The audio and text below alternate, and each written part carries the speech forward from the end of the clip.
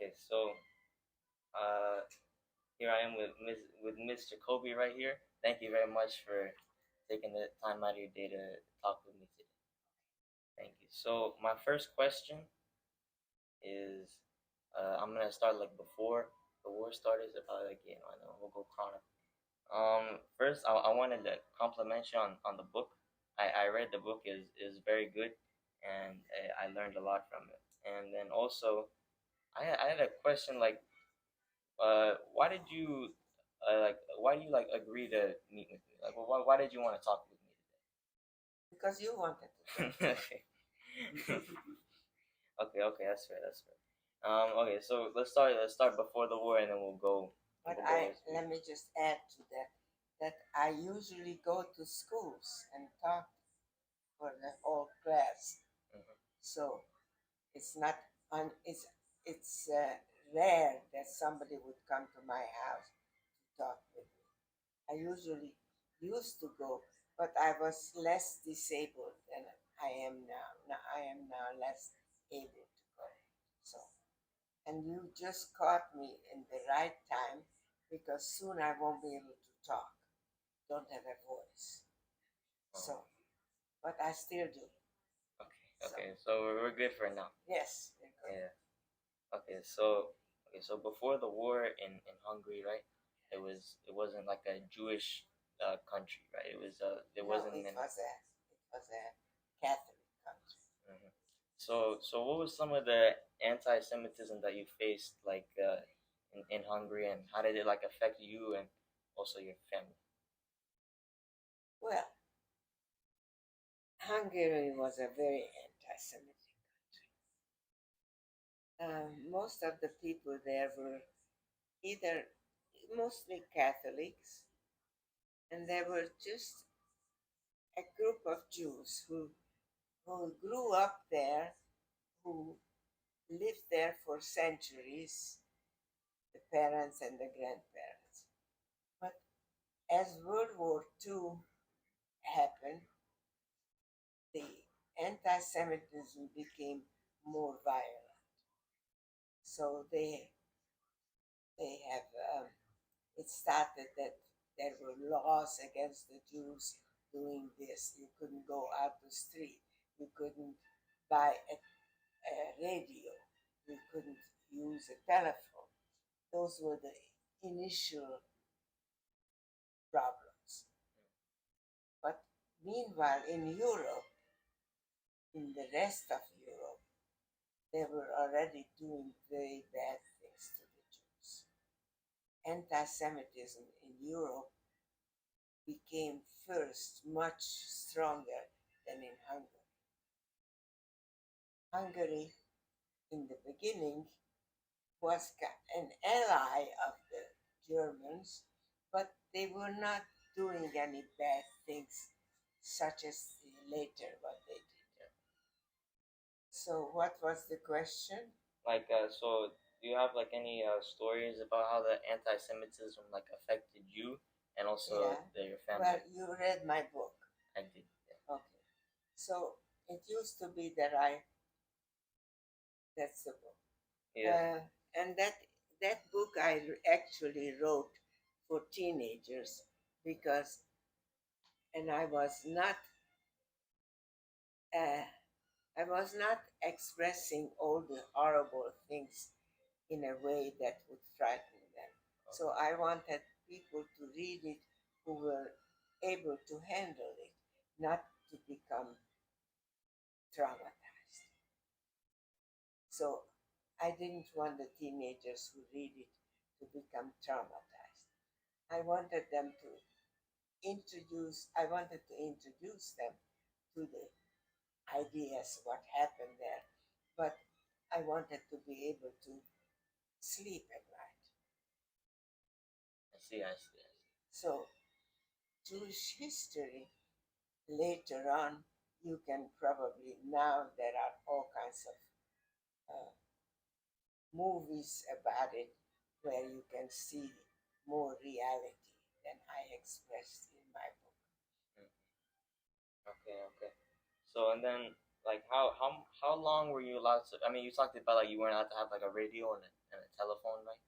Oh, But surely we didn't have a telephone and no radio, and we didn't have newspapers wow, so you were just like banned from anything outside of Hungary. outside in the world. We had no contact with anybody. I had uncles who immigrated to Mexico Yeah. long ago, but we had no contact with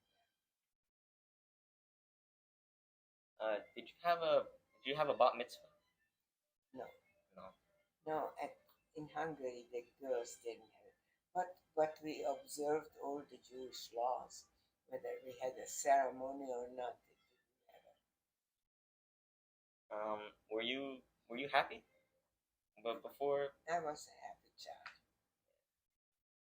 uh, so you had two brothers, right? Hmm.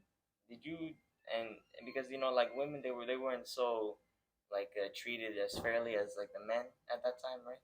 Well, Or correct the me if I'm brothers were, one of them was younger than me. Mhm. So the older brother was kind of a big shot, you know. He didn't let anything bother him, or he didn't let anything. And he was very courageous. He was often beaten, you know, on his way to school by the non-Gentile boys. Both of my brothers who went to Jewish schools were often beaten on the road to go to school and called names like dirty Jews or go back to Palestine or things like that. would you have wanted a sister, or were you Yeah, I wanted, but what's the difference? yeah. Um. So your family was Orthodox, right? Yes, Yeah. So did you live in like a Jewish like yes, colony? yes. I lived in a Jewish neighborhood. Right. And so, what were your favorite memories like growing up in that neighborhood? Favorite memories. Um, well, my parents were Orthodox. They were observant of all the Jewish customs and laws. So we lived in a neighborhood with other Jews. So we weren't so exposed to the non Jews if we lived in a different neighborhood. But as the times became worse, when when the anti-Semitism became worse, then more laws were created against us. So we couldn't. First of all, my parents had a restaurant, Yeah. and we had to hire people in the restaurant. But the laws, as it developed, forbid people to hire non-Jews. So we could not have a restaurant anymore because we needed help in the restaurant, cook and all that, and we couldn't hire anymore. The Jews were not allowed to hire non-Jews. Okay. So, obviously you didn't have anything like we have now. So how did you keep yourself busy when you were a child? Like, what did you do for fun? I played in the mud. Uh, Whatever we could play with when you were your children. Mostly, we had some toys, not much. My parents also didn't have money to buy toys. So, but I had some neighbors who was a doctor whose daughter had toys. So I used to go over there and play with her dolls. So, um, boys, boys usually did not have toys at home. They had to go to Hebrew school in the afternoon after the regular school. They had to go to Hebrew school, and they didn't have time to play. Most of the play was with the balls. We had balls. So the boys especially had football, and which is now called soccer, and that's what they played. Now girls had some dolls, some didn't, some I just figured out, you know, believing that these were dolls, and we created little, I don't know what you would call it, little figures that we played with. Also, we played a lot with each other, like a dramatic play, like you're mommy and you are the daddy, and now we're going shopping. Oh. And you pretend going shopping, pretend. And most of it was a pretend. I did that with my sister too. What? I did that with my sister. We pretend like we went shopping. Yeah. Yeah. Why did you do that with your sister? We used to have like this little like Mickey Mouse cash register. Uh-huh. So we would grab like an apple from the fridge, and then Uh-huh. we'd say, "Give me like some of this like fake Uh-huh. coins." Oh, okay. So you know. It was like the modern version. Uh-huh. Right. Yeah. Right. So. But I didn't realize that you you didn't have toys either. No, I did. I You definitely did. had toys, but this was just one of the toys. So we played with They it. had plenty of toys. Yeah, we had plenty. Yeah? We had plenty. Well, they were not as you know, discarded as the Jews in Hungary. Yeah, yeah, yeah. So, um, did you like Hungary and you wanted to stay there before the war started? Like, would you Well, have when wanted? I was a child, Mm. yeah, I didn't think of anywhere else. But I had three uncles who kind of escaped from Hungary before before let's say they would have been old enough to go to become a soldier. In Hungary, they didn't take the Jews into the regular army.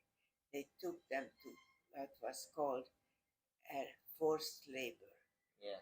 and they were taken to the front, and it depends on the time of the year. Many of them just froze there under because they were not given any clothes to wear in the cold in Siberia. So Did you know that like so say like so in 1944 that's when you were captured, right?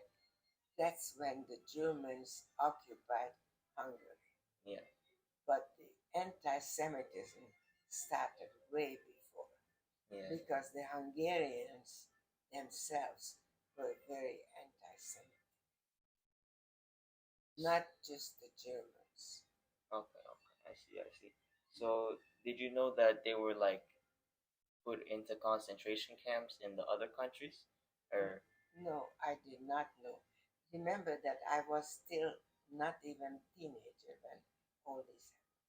So I heard that there was something happens to people who are taken out of their homes and put somewhere else in a jail.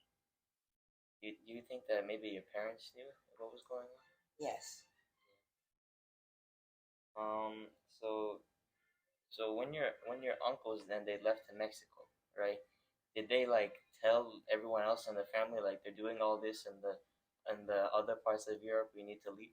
No, there was, you know what, there was no free press. So, and it was forbidden to write a letter in which you'd say anything like that. That now my uncle was taken to this forced labor camp. You wouldn't write that to your cousin or to your father, because you can be arrested for giving away secrets, state secrets. So even though those were things that happened, we could not communicate it with the rest of the family who were not living right next door.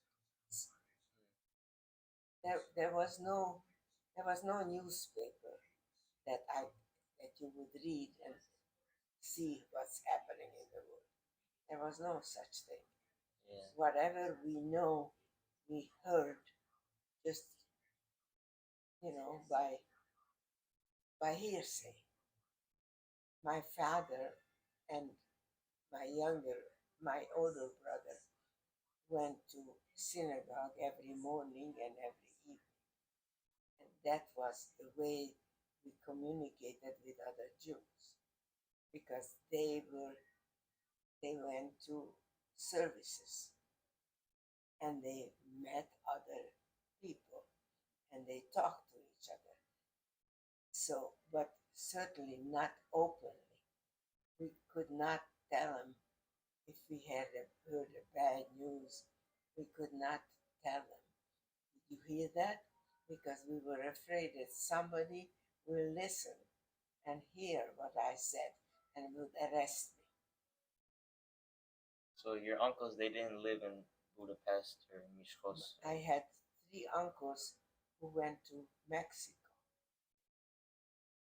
I had other uncles who stayed in Hungary and they were taken to forced labor camp. Now, the women were not taken to camp at that time. The women stayed home with the children. So, in your book, you said that your parents they love your younger brother the most. Well, because he was cute. Yeah, yeah. So I agree. I think that the youngest child is always the most loved. In your Yeah, house also? definitely. Are Like you my the- younger sister, I can tell. You're not the youngest? No, my sister's 2 years younger. Ah, I can so tell. she's the precious one. Yeah, she's the. Ah. Look at your father. Yeah. He says that's not so, but that's how you see it. You know, they'll say whatever they want, but I know the real. I know the truth. Yeah. You know the truth. I know the truth. So.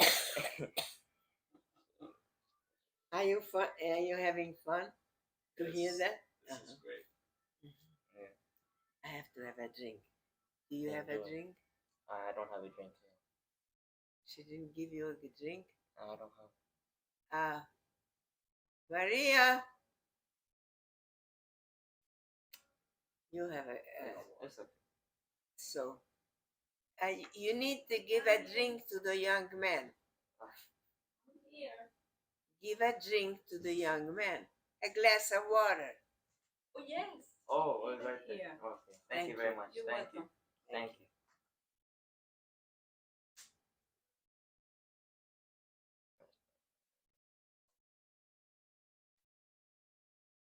All right. So, She is new. She doesn't know my routine yet. This lady who's a caregiver. okay. So on your door, right? It says Baruch Abba, Abba. What's Abba? who comes. Blessed be Oh. who comes. Okay. Baruch Abba.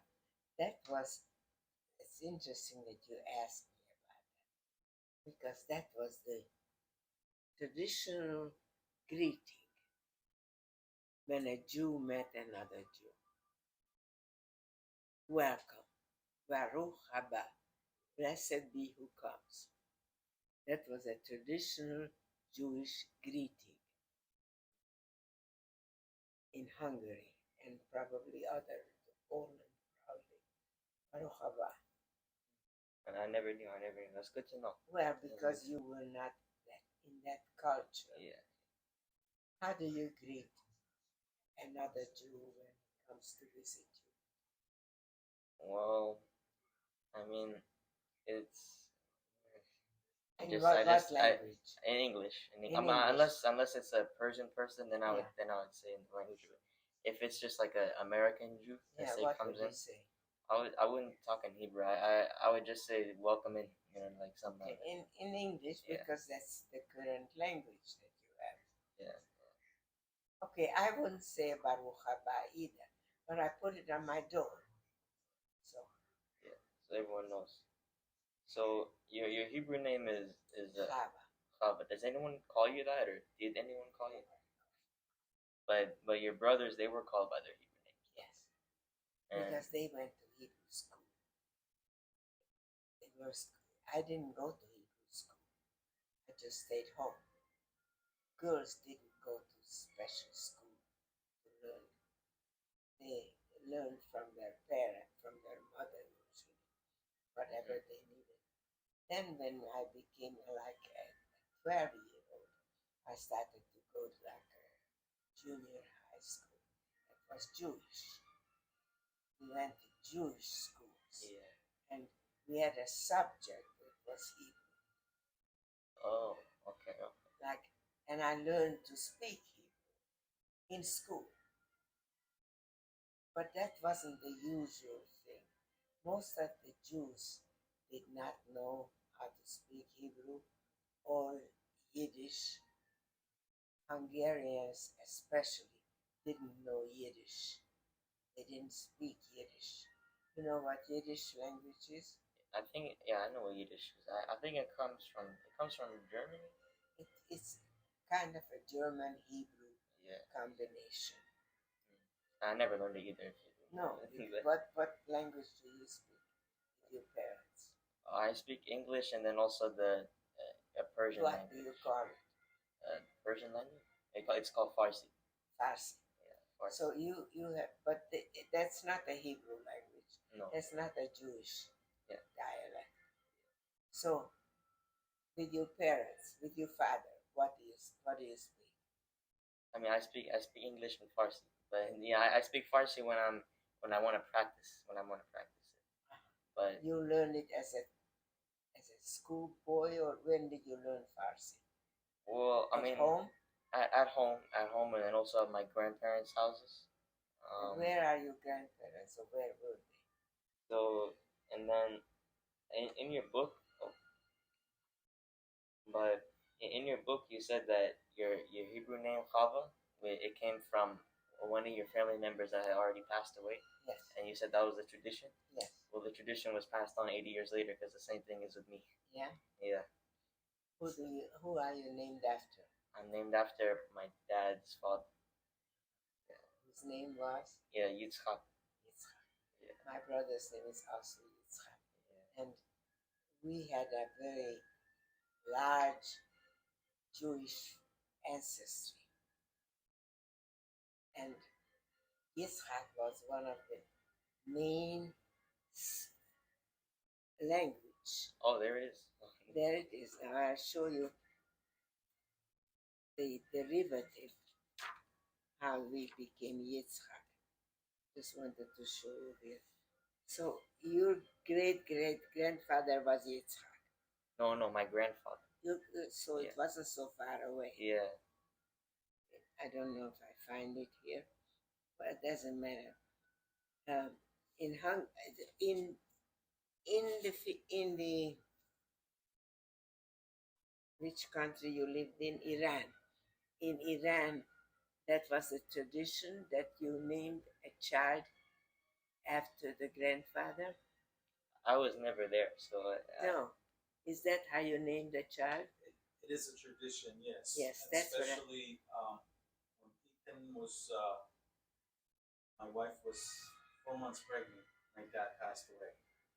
Oh. And his we name knew was about Yitzchak. him, that he was going to be a boy, and after he passed away, we named Ethan after my dad. In Hebrew, Yitzchak. Yes. Okay, so my brother, who was named after one of the ancestors, he was named Yitzchak. Yeah. Also. Yeah. And we called him Yitzchak. Yeah. And then, after the war, he didn't want to be called by his Hebrew name anymore. So in Hungary, you had to give a Hungarian name also. So he has the Zoli, a Hungarian name. Yeah. Did you have to have an Iranian name also? Well, in Iran, yes, we all had Persian names. Version, but yes. he was born here in 2007, Yeah, so yeah. his first name is Ethan. But that my entire family they all had Persian first names because they were Yes. born there. But since I was born here, they gave me an American one. So who are you named after? A great grandmother who passed away, who I never met. Oh, okay. But okay, so My husband didn't like his last name. Why? Because it was too long yeah, and they couldn't pronounce it. The children, he was teaching, and the kids couldn't pronounce it. So when we came to America, I was already married with him. He changed his name from the long name, he shortened it and he became Jacoby. He used to be Yakubovich and he changed it to Jacoby. So we are only known now as Jacoby. yeah. So So and then one more thing before we get into the war itself, I wanted to tell you why I'm here because Okay. I think you should. I think you deserve to know. Do you want to know? of course, Okay, so it's more than just me having interest in World War II and the Holocaust. It's more about some recent stuff. So I was on, YouTube. You know what YouTube is? So I was looking at videos, and I saw two different videos, and they both came out when I was a toddler, right? One of them said that the last Titanic survivor had passed away at age 97, and the second one had said that the last USA World War One veteran had passed away at age 110, right? So I thought about now these two big events that have happened in history of time. All the information we have about it is there, and that's all we have, right? So I mean, the revisionists and the historian, they can say whatever they want, but you get the information from the people who were there, right? So I thought about other big events, and I thought about the Second World War and the Holocaust, and I realized that to be considered a Holocaust survivor, you had to have been born like in 1944 or before that, right? And many people born in 1944 probably just put in the chamber, right? And that means that every Holocaust survivor is at least like 78 years old, right? Which means there are that very few left. yeah, You just caught me. yeah, barely. But so and then that means that pretty much in 30 years, every Holocaust survivor is gonna pass away. Maybe in 5 years. Not Because look, I was one of the youngest. yeah. And I am already 94 years old. So maybe there is one who's 100. But in 10 years from now, he will not be Yeah. alive anymore. Yeah. So, and then I thought to myself that I'm done wasting time. So, my genius plan was to go on Google and look up Holocaust survivor in Los Angeles. And the way I found you was the video of you and Ursula. Mm-hmm. That video has gotten really popular now.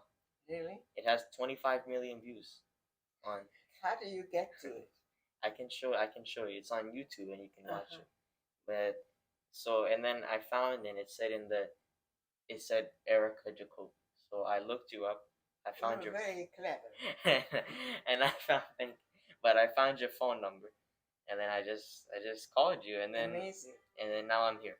Thank you. Yeah. I just want to tell you, there was another young man, not like you, more like a 30-year-old, okay, who wanted to talk to me, whose father or mother was a Nazi. So I said, sure, I will talk to you. So he came and he came to the house and I let him in. But my son, when he heard it, that I let a son of a Nazi in the house, how did you know he wasn't going to kill you?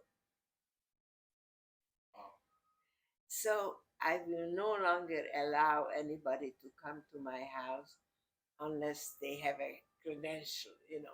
Well, You're a student, so you don't carry a gun. But an adult might now. who knows? Especially if he's with Trump, who I don't trust. So I don't know if I would let anyone else in the house. So I'm the last one. You're the last one, but you are a teenager. Yeah. You're not a gun carrying person. So okay, so now we've got all that the way we can get into The stuff. yeah, we can get into the not so fun stuff. So during the war, did you ever think about, or did your parents or anyone in your family ever think about converting religions? Well, there were many people who converted, but it didn't help. Yeah. Hitler didn't care about whether you converted or not. You were once a Jew, you were forever a Jew. So you guys. So in my family would not think about it because we, first of all, we were religious, we were observant, but those that converted were usually non-observant Jews, Yeah. and they thought they would be safe, but Hitler didn't care about it.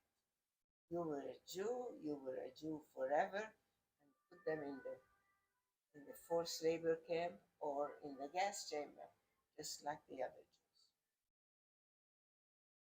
As a matter of fact, that's one of the important memories that I have, that in the cattle car on our way to Auschwitz, they put us in cattle cars, and it was a terrible ride. It took 3 days to get to Auschwitz, and this man who used to chase us away from his yard and calling us dirty Jews, he was in the cattle car with me because his grandfather, or maybe his father, was Jewish.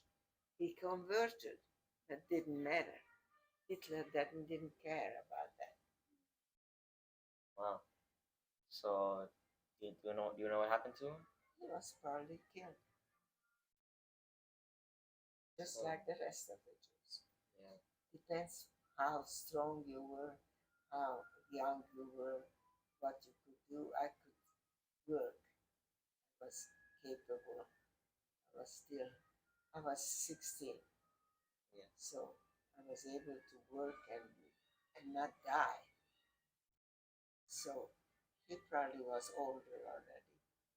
And I don't know if you just didn't know how to hold a shovel in your hand, and you couldn't do the job, you were killed. So I heard apparently that anybody under 16 was actually supposed to just go straight to the chamber. So I was among the youngest. yeah. So did you? This is a pretty strong question, and I think I might know the answer, but I'm gonna ask it anyway. Did you ever lose your hope or your faith or your belief in God? No. No, I didn't. Yeah. Did your mother or your aunt? No. No. So how long were you at Auschwitz for the first time? Auschwitz, the first time, I was just there for 2 weeks. And then the second time I was there for 2 months. But Auschwitz was a transition camp. Yeah. So you either get killed there or you were taken to a next camp. So I spent most of the time in another camp, in a working camp. So you I didn't. worked. Oh, so you didn't work at Auschwitz then? No, I didn't work. There were some men who worked. I had an uncle who was found in Auschwitz working. But most of the time it was in English, in German it's called Vernichtungslager. Vernichtungs means to murder, eliminate. It was a place where you eliminated people. So, and then that's also where you got They, yes, Oh, not everybody got this, not every group. My group got it. I don't know why this group got it and that group didn't, but there were many other people who were in Auschwitz didn't have it. That okay. So, um, so then, well, what camps were you? Were you at? You were at how many camps, and then what were the names of the camps you were now you're asking me to remember. at? Okay, okay, then you don't need to. Well, let me see my book. Uh,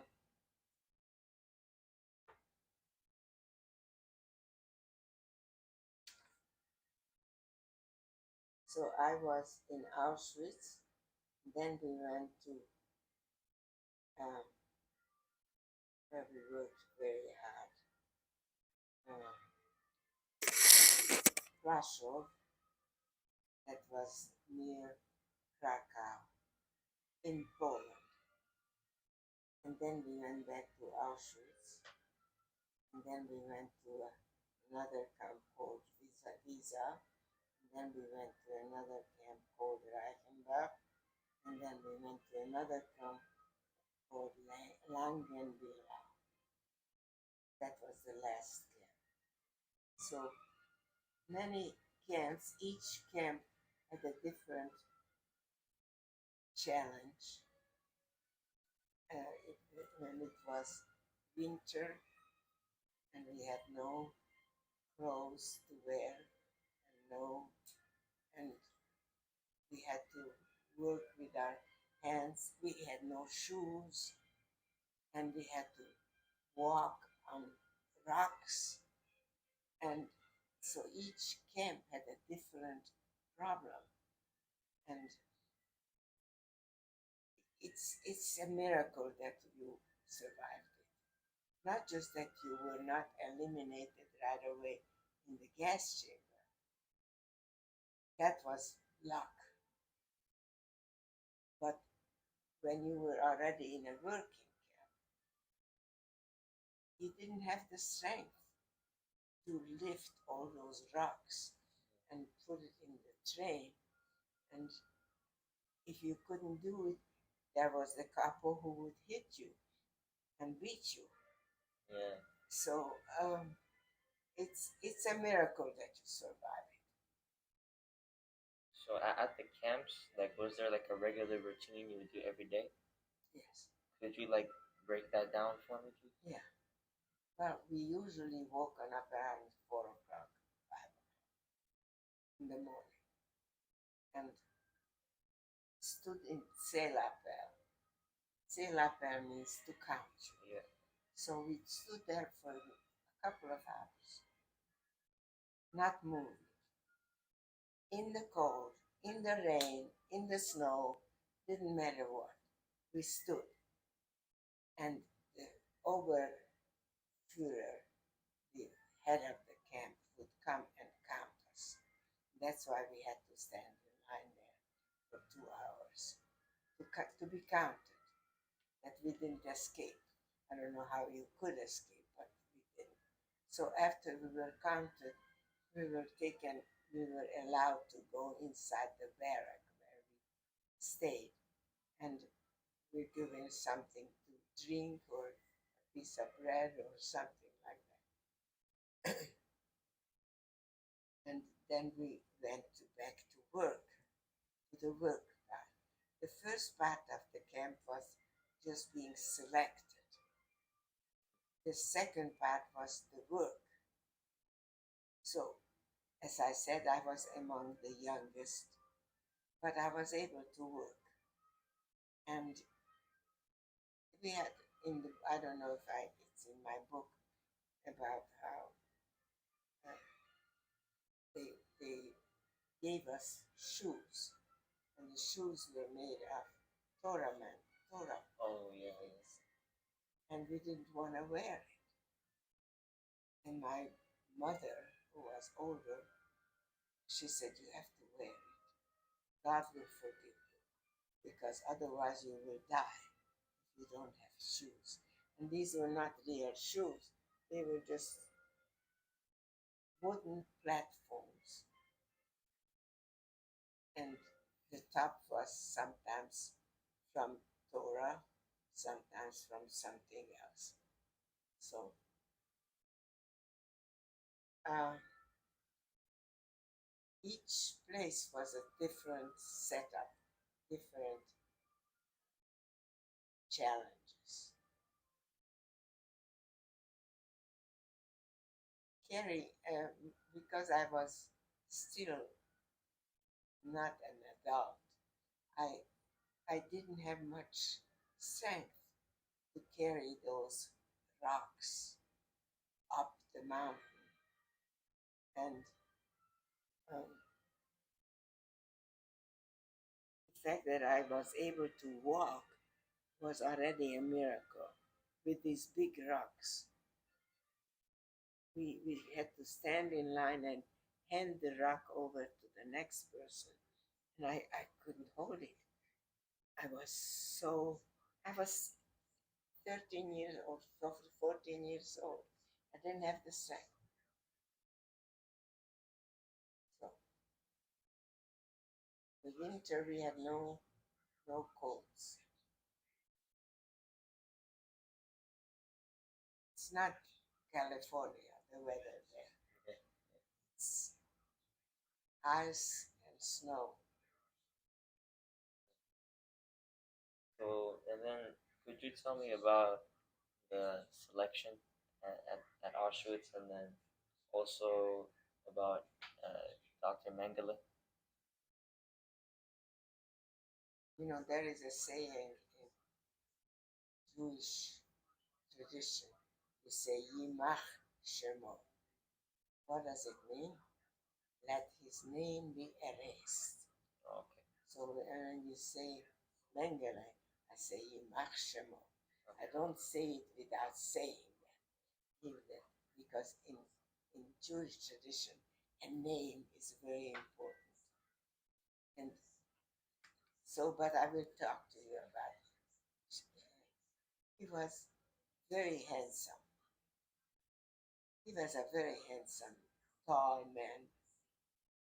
I wrote a story about two tall men in my life because my husband was very short. My father wasn't so tall either. So, two tall men in my life, and I don't know if I have a copy of it. One was Dr. Mengele, the one that selected people out for gas chamber or life, or just work. And the other one was a nurse in the hospital who was also tall but who took care of me. So the difference, the, the, the difference between these two tall men hit me in the head, and I wrote a story about it. I don't know where the story is. Is it published? Like, is it a? I don't think so. No. So what was selection like? Well, first of all, it's hard to even make you understand. We didn't know what the selection was about. We didn't know that there was a gas chamber right next to us. That if you were selected for this side, that's where you would go. The fact that we didn't know, maybe it was a blessing. Yeah. I don't know, but all I know is we were very scared to be separated. So me and my mother always stuck together. So, and because if you become a little weak, if you can't walk, you're already taken into the gas chamber. You didn't have to be really sick or anything. You just couldn't walk because the ground was either frozen or full of rocks and you couldn't go straight. And if Mengele saw that you were not able to walk, he already sent you to the gas chamber. So my mother got sick. You know, it was a very big miracle that I stayed with my mother, but she got sick. And it's probably in the book, I don't know. Yeah. And And if I didn't give her a clap on her back to straighten up, she probably wouldn't have passed in front of Dr. Mangala. Because every little, little thing, you were already sent to the gas chamber. So did you try and like avoid like did you know like at any point that the other side went to the gas chamber? Did you just know that you had to be on this side? You didn't know the other one. Most likely. So did you find We didn't know there was a gas chamber. I mean, even if we did know, would you believe it? I mean, can you believe it that people were sent to die by gas on that side? yeah. And if you happen to have a backache and couldn't walk straight, you would be sent to that gas chamber.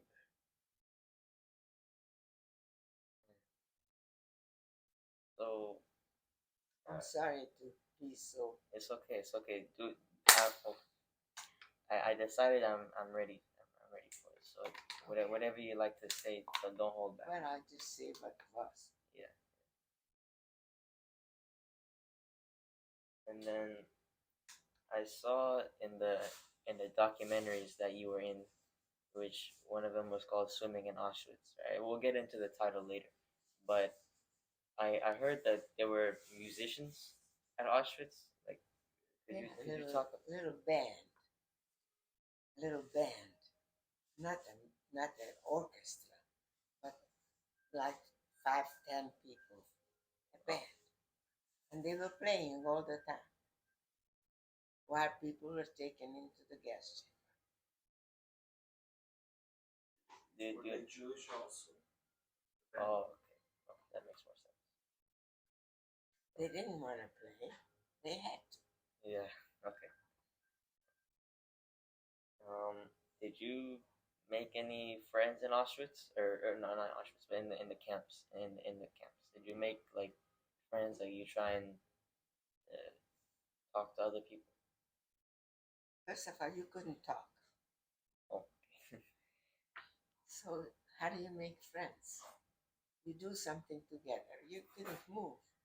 You couldn't move from this place to that place unless you were allowed to. You were given permission, or you were chased by a couple who had a whip. So it wasn't normal life. It wasn't like, like here you talk to your friend. There was no talking. We were not, we would not communicate with each other because we were scared that we will say something that will be heard. Well, we did talk when we were marching, when we were walking.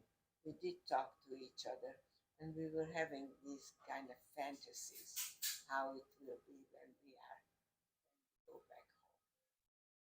And then we had fantasies about our families. But we didn't talk much about our families because it was too scary to talk about families because we didn't know who they were, where they were, or what happened to them. yeah, yeah. So, um, then, so I mean, all the guards there and all the soldiers, they only spoke German. Yeah. So you couldn't have spoken Hungarian with other people, and then they wouldn't have said anything. We couldn't talk. Okay, okay, I get it. I get it. Um, I mean, we could talk at certain times. For example, we talked when we went to the latrine. You know where latrines are, where you went to the bathroom. okay. So there we could communicate with each other because the Germans were not listening in the bathroom. So that's good for my next question, which is actually how did you use the restroom in the camps? Well, they had restrooms were like from here to the end of that rail were one long Oh, surprised they didn't just give you buckets. No, there were no buckets. There was toilet, but the toilet was just a hole. Okay. So you were allowed, but the problem is that you were not allowed to just go anytime. There were times when they let you go, and times when you shouldn't go, couldn't. Hmm. And the holes, these were just holes in a like they were tables, long tables with holes in it. But they were not tables, they were just, I don't know what it was called. The toilets, it was called. So, um, what different jobs were you doing at the camps, and like what At was? different camps. But the first camp, it was the most difficult physically. It was hewing rocks out of a mountain with, what do you call it? With that kind of a tool. A shovel? Not shovel, a sharp one. What do you call that? I don't know what you call Is it that. like a small tool or a big one? Let's say a shovel, but it was a sharp edge. Not not to shovel only, but to cut with it. Okay? So I don't know if you have a tool. I'm sure you have a tool like that now. That you beat the rocks to have smaller rocks. Oh, like a chisel. Sharp hammer, maybe. Yeah, and the rocks you had to make it into smaller rocks so you could carry it. So you had to, because we had to put it into a like a train. We had to fill this train with the rocks, but we had to break up the rocks to be able to throw the rocks into the train or shovel it, or I don't remember. So that was the most difficult physically because I was just 15 or 16. Yeah. So I didn't have muscles or anything like that. Later on, we worked inside, not outside. We worked in a factory, and that Yeah. wasn't so difficult. It was mostly frightening because you never knew when you did something wrong. So the couples, they were the supervisors. Some of them were Jewish. They had a whip in their hands, and anytime you did something wrong, they just beat you with it. It was a big whip. I don't know if there is such a thing now. So you would be beaten. And the problem was if you were beaten, you lost your strength to walk. And then if you can't walk, then you're taken into the gas chamber or some other punishment. Um, what about so for the other punishments? What were the dogs about? Like, oh, But there were dogs were mad. They were, you know, there is a word that you say when you want the dog to get somebody. What's that word that you use? Get it or something. like fetch? What? Like fetch? Fetch is to bring, Yeah. but this is to bite, to What was it? attack, Oh, to attack. So if you did something wrong, they got the dogs on you. And the dogs, they were vicious. They would bite you and tear you skin off and things like that. So it was mine because I was young. My goal was not to be caught doing something for which I will be getting the dogs on me. So not to do something that was too dangerous. That was my goal. What about jumping in a swimming pool? Well, because I was stupid, I was young. And sometimes when you're young, including you, can do stupid things. I've been there. You've been there. Definitely, yeah. Okay. So, Question: for girls and boys, or men and women, Not were there different things Yes. to do, or Yes. they were all together? Or No, how was they were not together. They were not together. They were in different camps, different assignments. My brother, who was 3 years older than me, he was not with me. I didn't know if he was alive or not. But he had similar camps, but it was a men's I see. So, when did you? So you never had the dogs on me then, right? camp. No, Okay. So, when did you find out that the other side led to the chambers? Like, did you find out like in 1945, or did you find later. later? Well, Because first of all, we didn't believe it. oh, I see. Even when I came home, I said, and in my grandparents, I'm sure I'm gonna find them. I didn't believe it that they would kill. Because, you lived a normal life before. Why would they kill them? They didn't do anything wrong. Later, I understood that I did something wrong because I was a Jew. Even if I didn't do anything wrong. But just by being Jewish, I could be punished, killed, and whatever it was.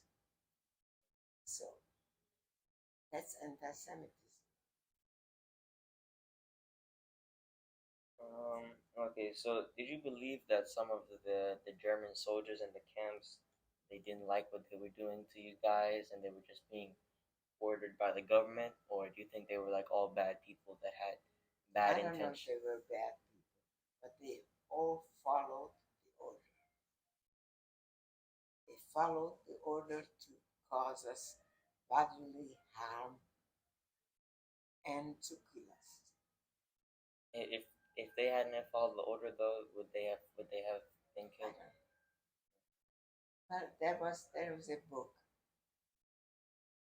about would you forgive the Germans? And there is a book about that.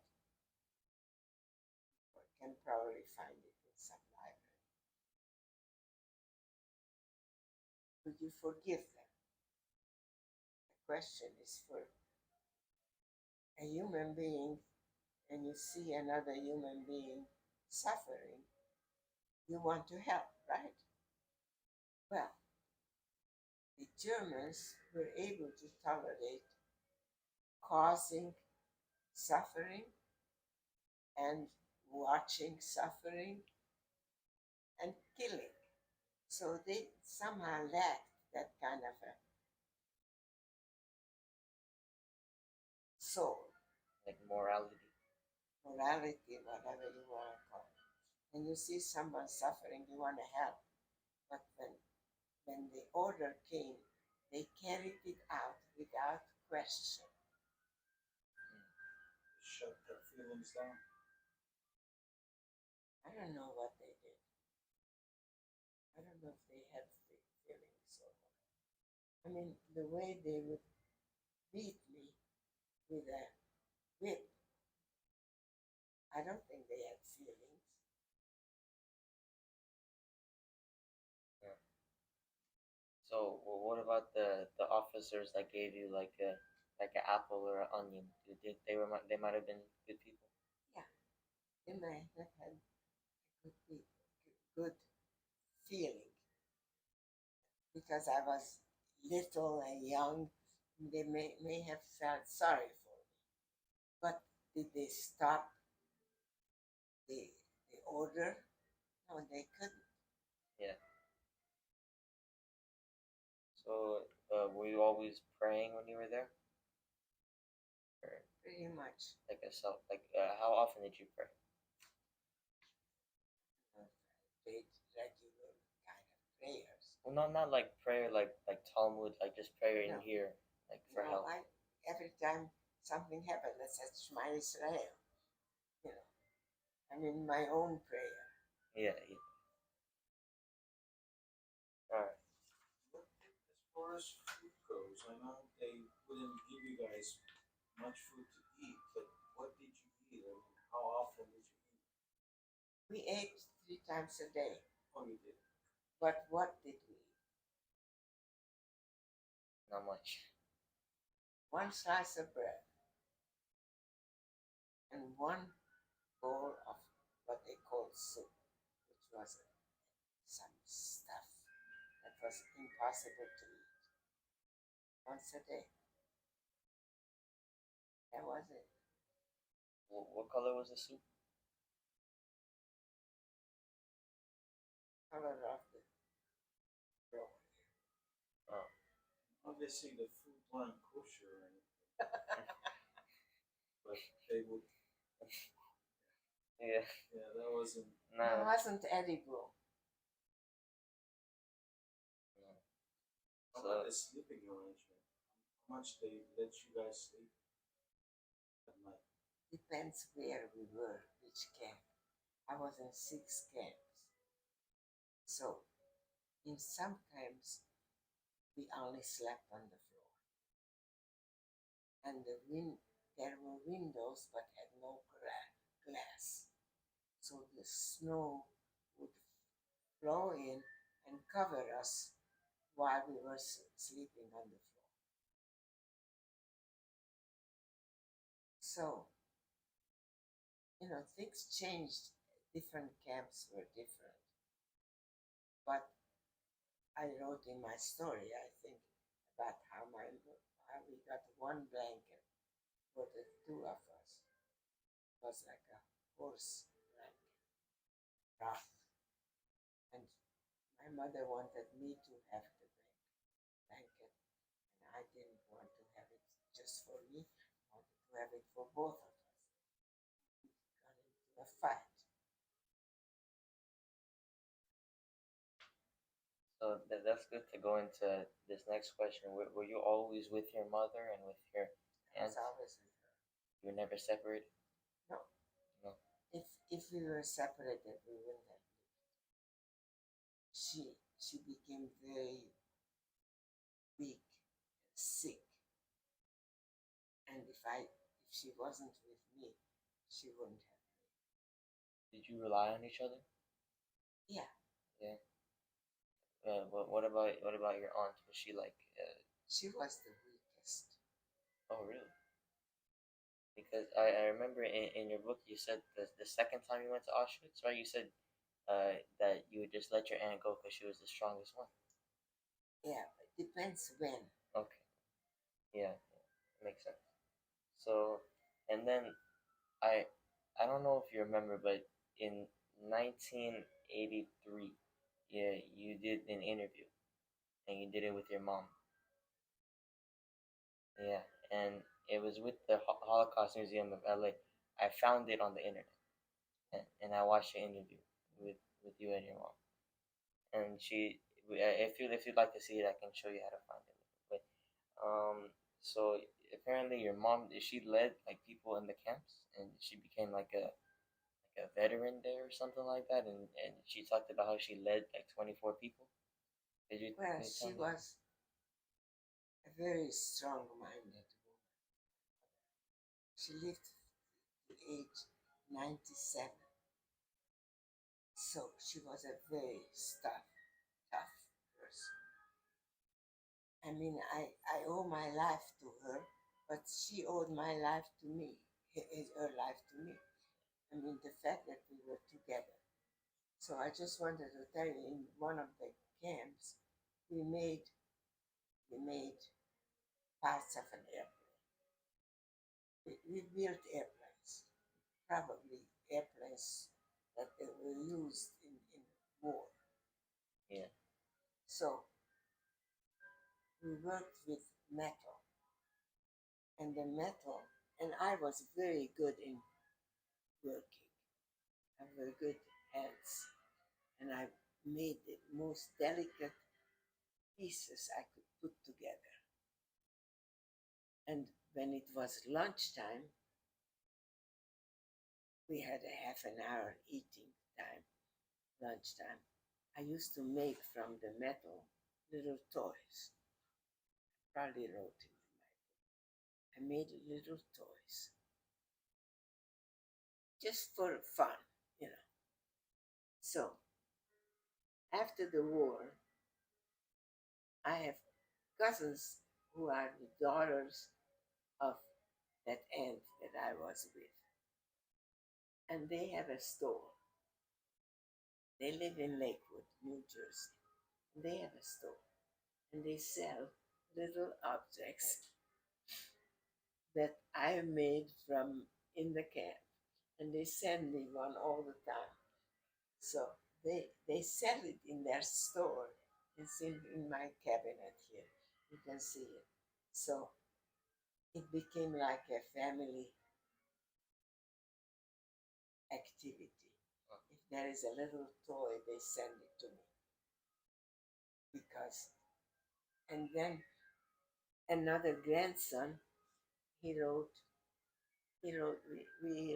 a book about when we went to, on a, some kind of a tour, some kind of an excursion. And my younger son, no, he wasn't a younger, he was my grandson who was about 10 years old. He wanted to come with me to Hungary. I should take him. This was after the war. He came to visit me here, and he wanted me to take him to Hungary. And then he said, he is going to make little toys for me. He thought that he could give me a gift by making little toys like I used to make. So I have a lot of little toys in my cabinet. So they gave all the toys to you. Oh. It was just a memory. So and then in the video I saw of you and Ursula, right, which was around I think over there, right, and What over where? it was on I don't know, but it was here, right, Yeah. and you talked about how you're not a Hungarian. I am. I'm not a Hungarian Like, because I'm a Jew. so you don't have like patriotism for No. no. No, I don't. But I did when I was 10 years old. When I went to school, I used to say the Hungarian, but I had a very strong voice. I used to be the Hungarian who said like the, what do you call it? The anthem. Yes. Because I had a good voice. But do I have any feelings of positive feelings about Hungary? None. None. Okay. And then. And you know, I went to visit Hungary, right? I went 3 times to Auschwitz. Yeah. Why did I go? To express anger. Become angry. Yeah. And I couldn't get angry. I was still forgiving them. And I couldn't just hate them. And that's what I wanted to. I still didn't get there. Because it's not in my Restrooms. So the book that you were talking about that talked about forgiving, would you forgive? No. You don't forgive? Okay. So and then I wanted this. I mean I'm already going back to before the war because I wanted to ask something I forgot I wanted to ask. But I was wondering if you would talk about one of your friends, one of Judy. Judith. Yeah. Can you give me the Oh yeah.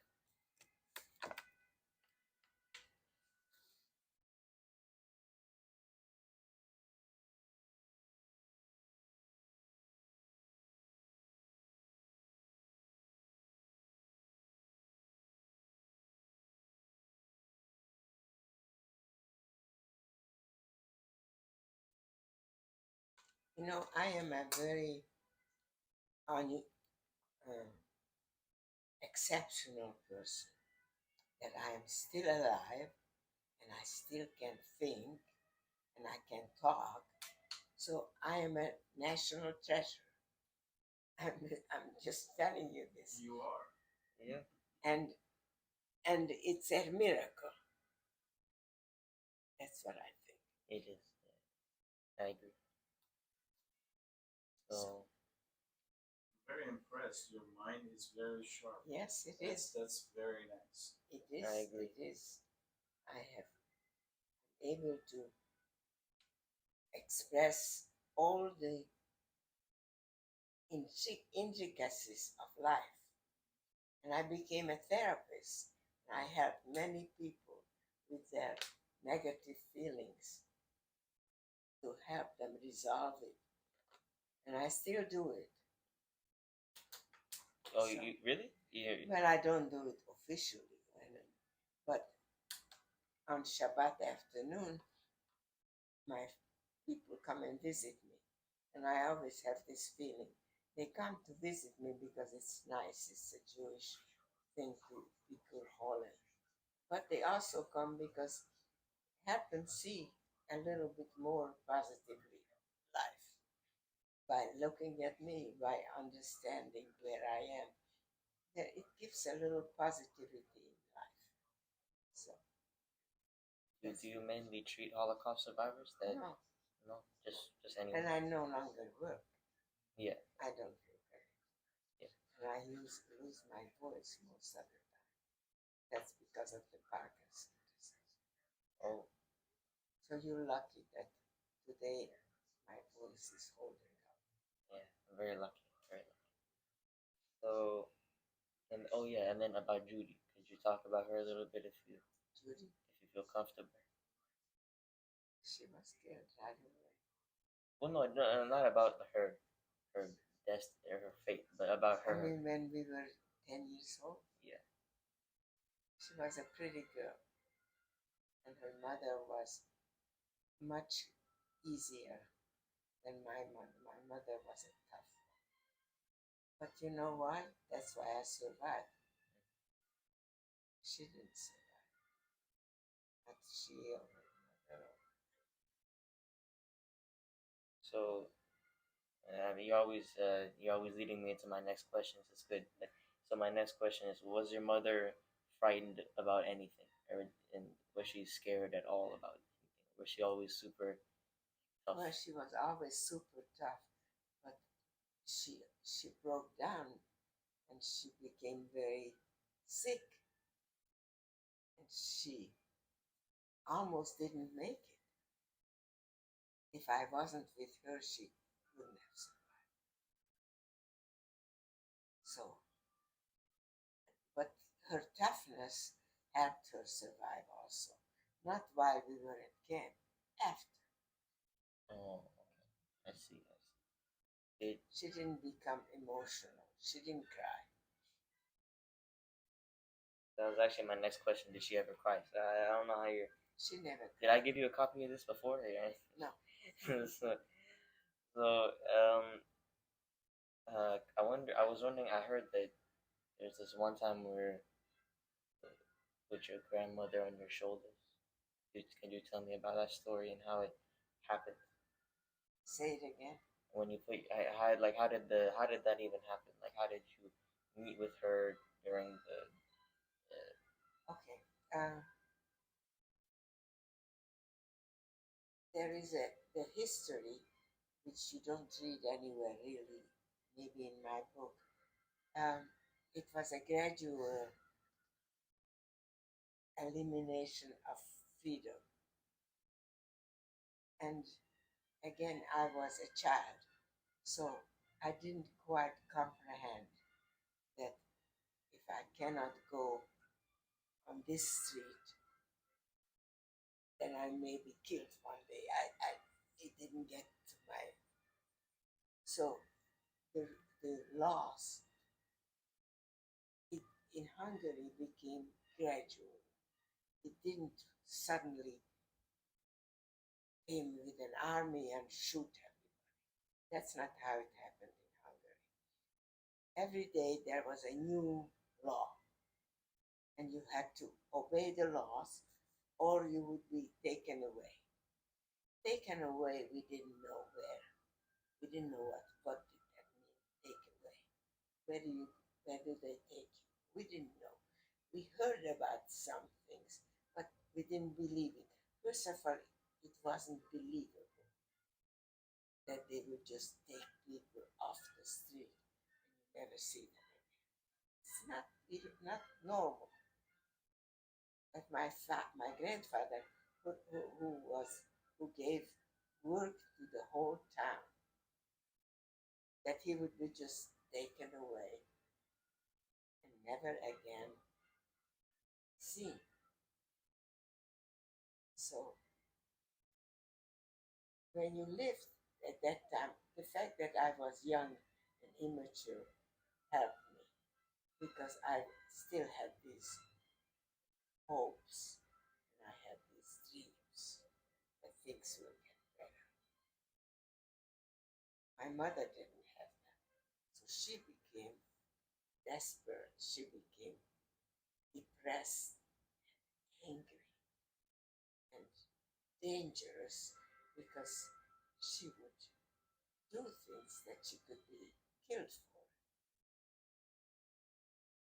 And I was always trying to protect her because she would say, for example, the hell with you. She would say it in German. And if a German heard that, they shoot you.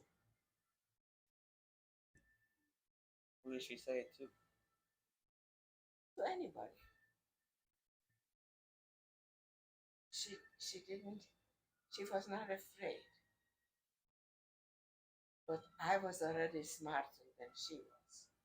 I knew that if she doesn't obey, if she does something that they will take her away, it wasn't like I would see how she was killed. She would be taken away. What does that mean? Depends where we were. If we were in Auschwitz, they would put her in the gas chamber. If it was another place, they would put her to forced labor, which she couldn't survive. We had no ability to get warm. It was snowing, and we had one little, like a sweater kind of a thing to run, and we had to work outdoors. I don't know how we didn't how we survived. So, and then what about your grandparents? Did you saw them after March 19th, right? You never saw them? So, but you saw one of your uncles though, right? I saw by accident. I saw him. Yeah. He was young enough to work, so he was not sent to the gas chamber right away. He was put into a labor camp, like I was also put into. But looks like he didn't survive it, so because he wasn't there anymore. He wasn't alive. Could you tell me what happened when you did see him? Like what happened when you saw him? What did you talk about? We didn't talk. We You didn't didn't. talk. I just saw him. You just saw him? I just you are have you seen soldiers marching? Soldiers marching, walking with guns. Well, we were marching from one camp to another camp. We didn't have guns, but we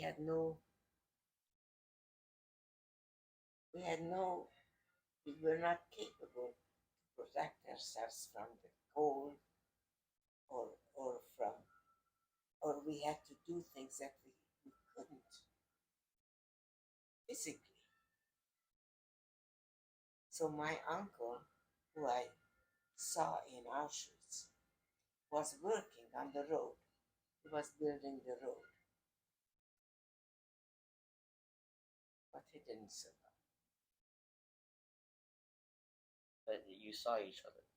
I saw each other, and he gave me, when we were coming back from the baths, they took us to take a bath.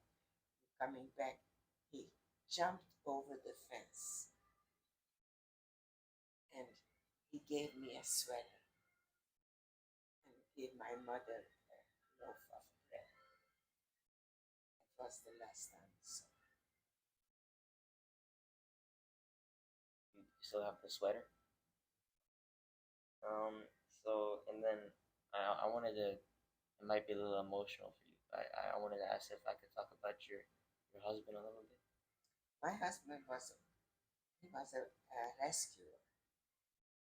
He got a award from Israel, from the president of Israel, for his rescuing Jews from camps. I didn't know. Huh? And he was never captured, or he was never. He was never captured. His story is somewhere in one of these. See, give me that paper. No, before it.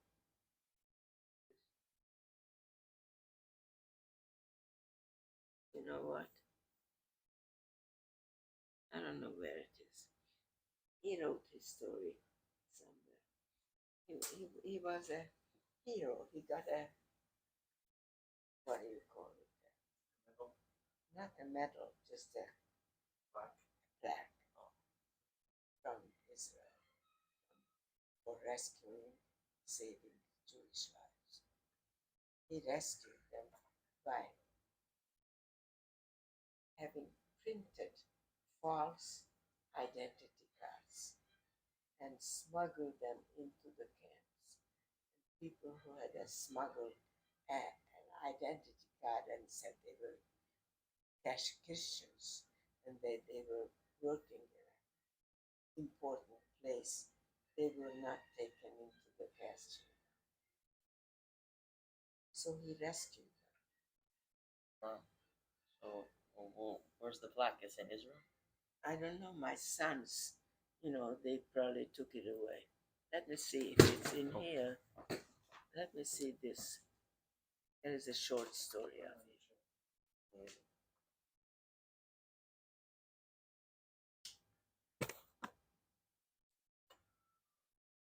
This is about many survivors who had a short story of how they saved.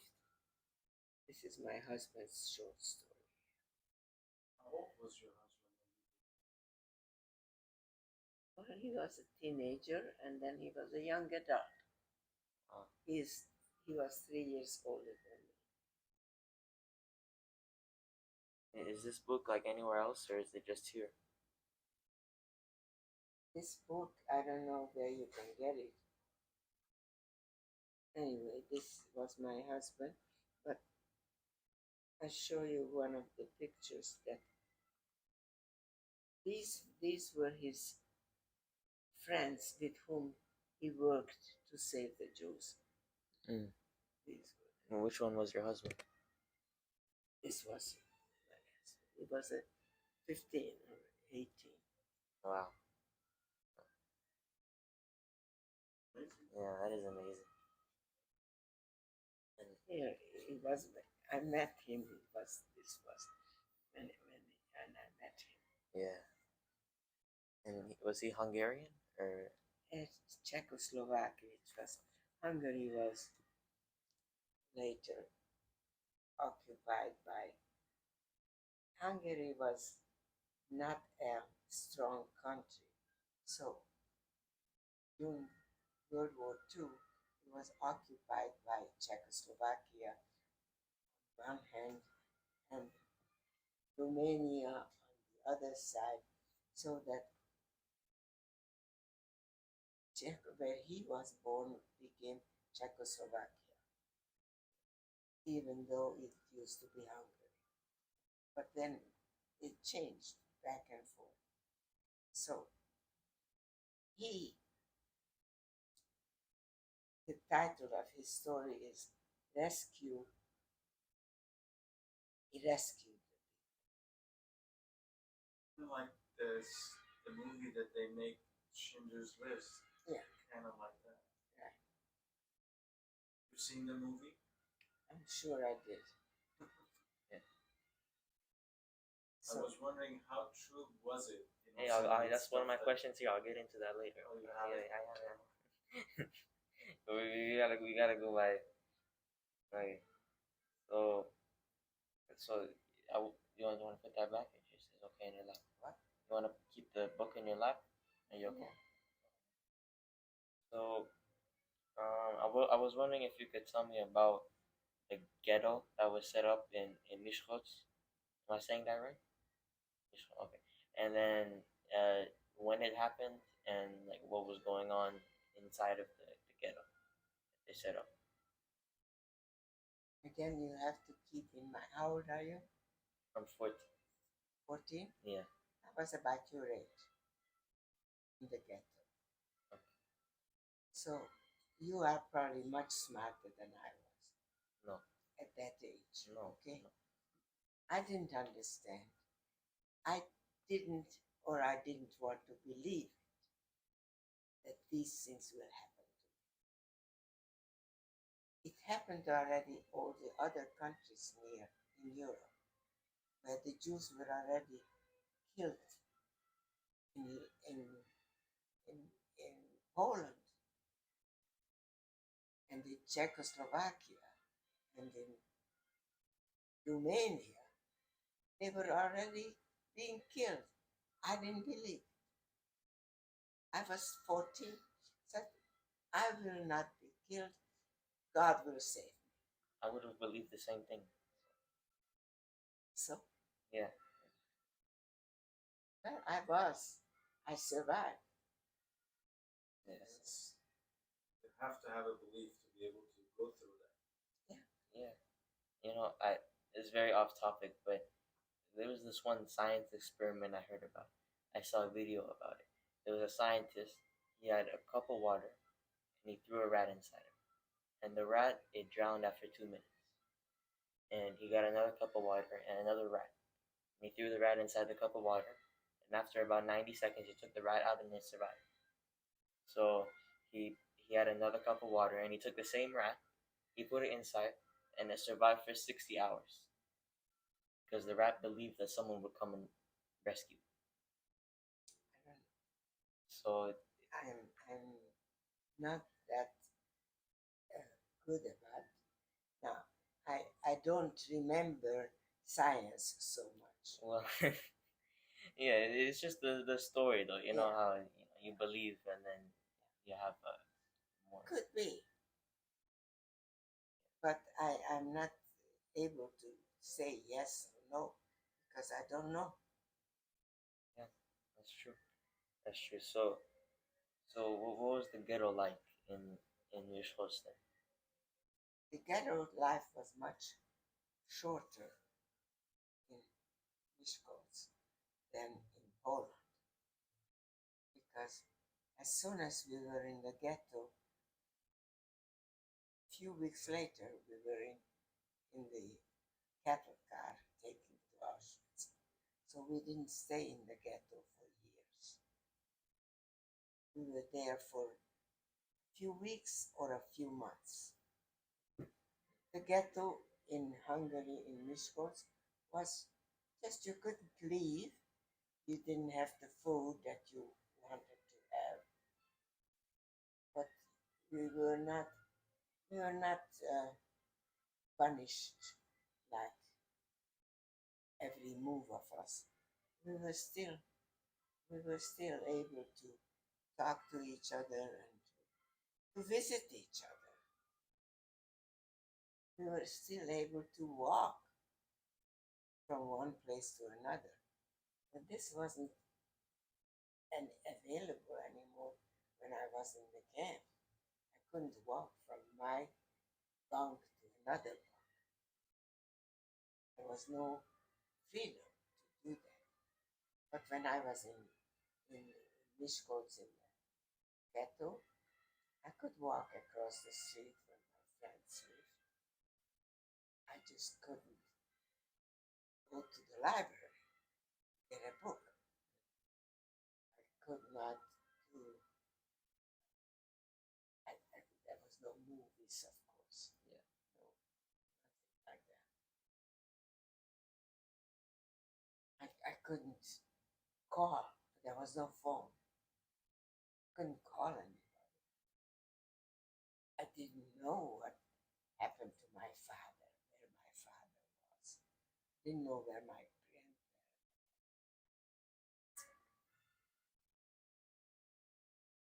We used to visit our grandparents once a month. Now we couldn't call them. There was no phone. That wasn't just me. That's how Hungary was at that time. No phone. There was one phone in the city. One phone. Doctors. So when things happened, we didn't know. There was no newspaper.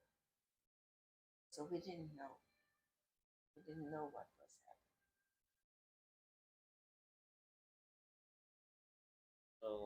So in the ghetto, there was only women there and all the men were taken?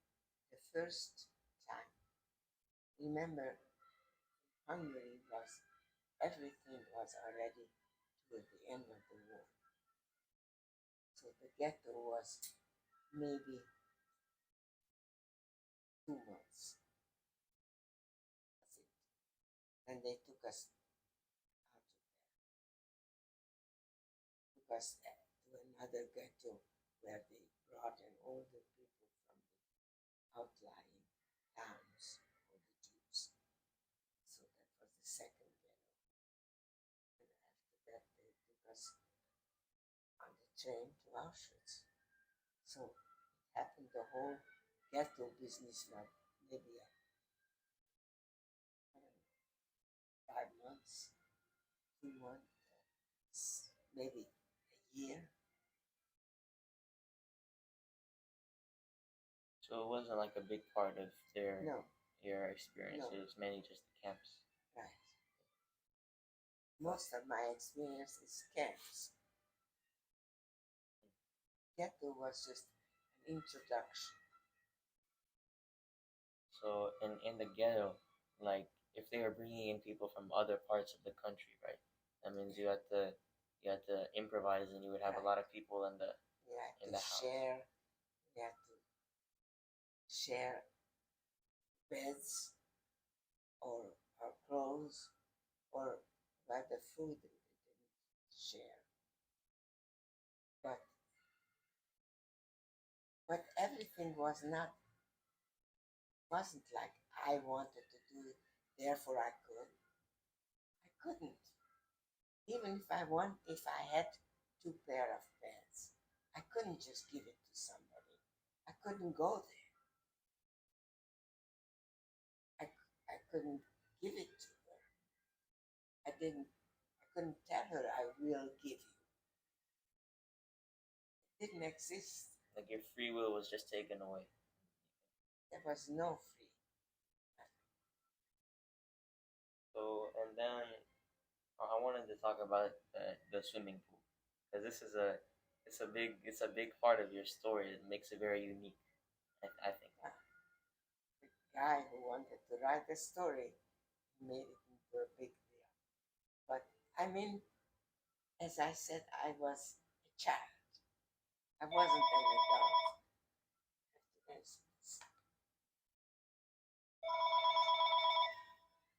Hello? I cannot talk. Sorry. Call from Israel. Oh, oh wow. So, so with the swimming, like, what were you doing, like before you just went and jumped? Like what was the? We were walking on the road. Remember, we walked from one camp to another. There was no transportation. So we had to walk from one part of the camp to another camp. That's when I saw the swimming pool. Just saw it. So I was hot. Yeah. So and when you were walking to the other camps, were there like German soldiers behind you? Always. With guns. So and when you went and you They just didn't shoot. I don't know. I don't know why. And my mother, when I came out, my mother said, "Have you lost your mind?" I did. so yeah, that was my next question. What did your mother think of when you when you went in? She wanted to kill me. She couldn't understand how stupid I was.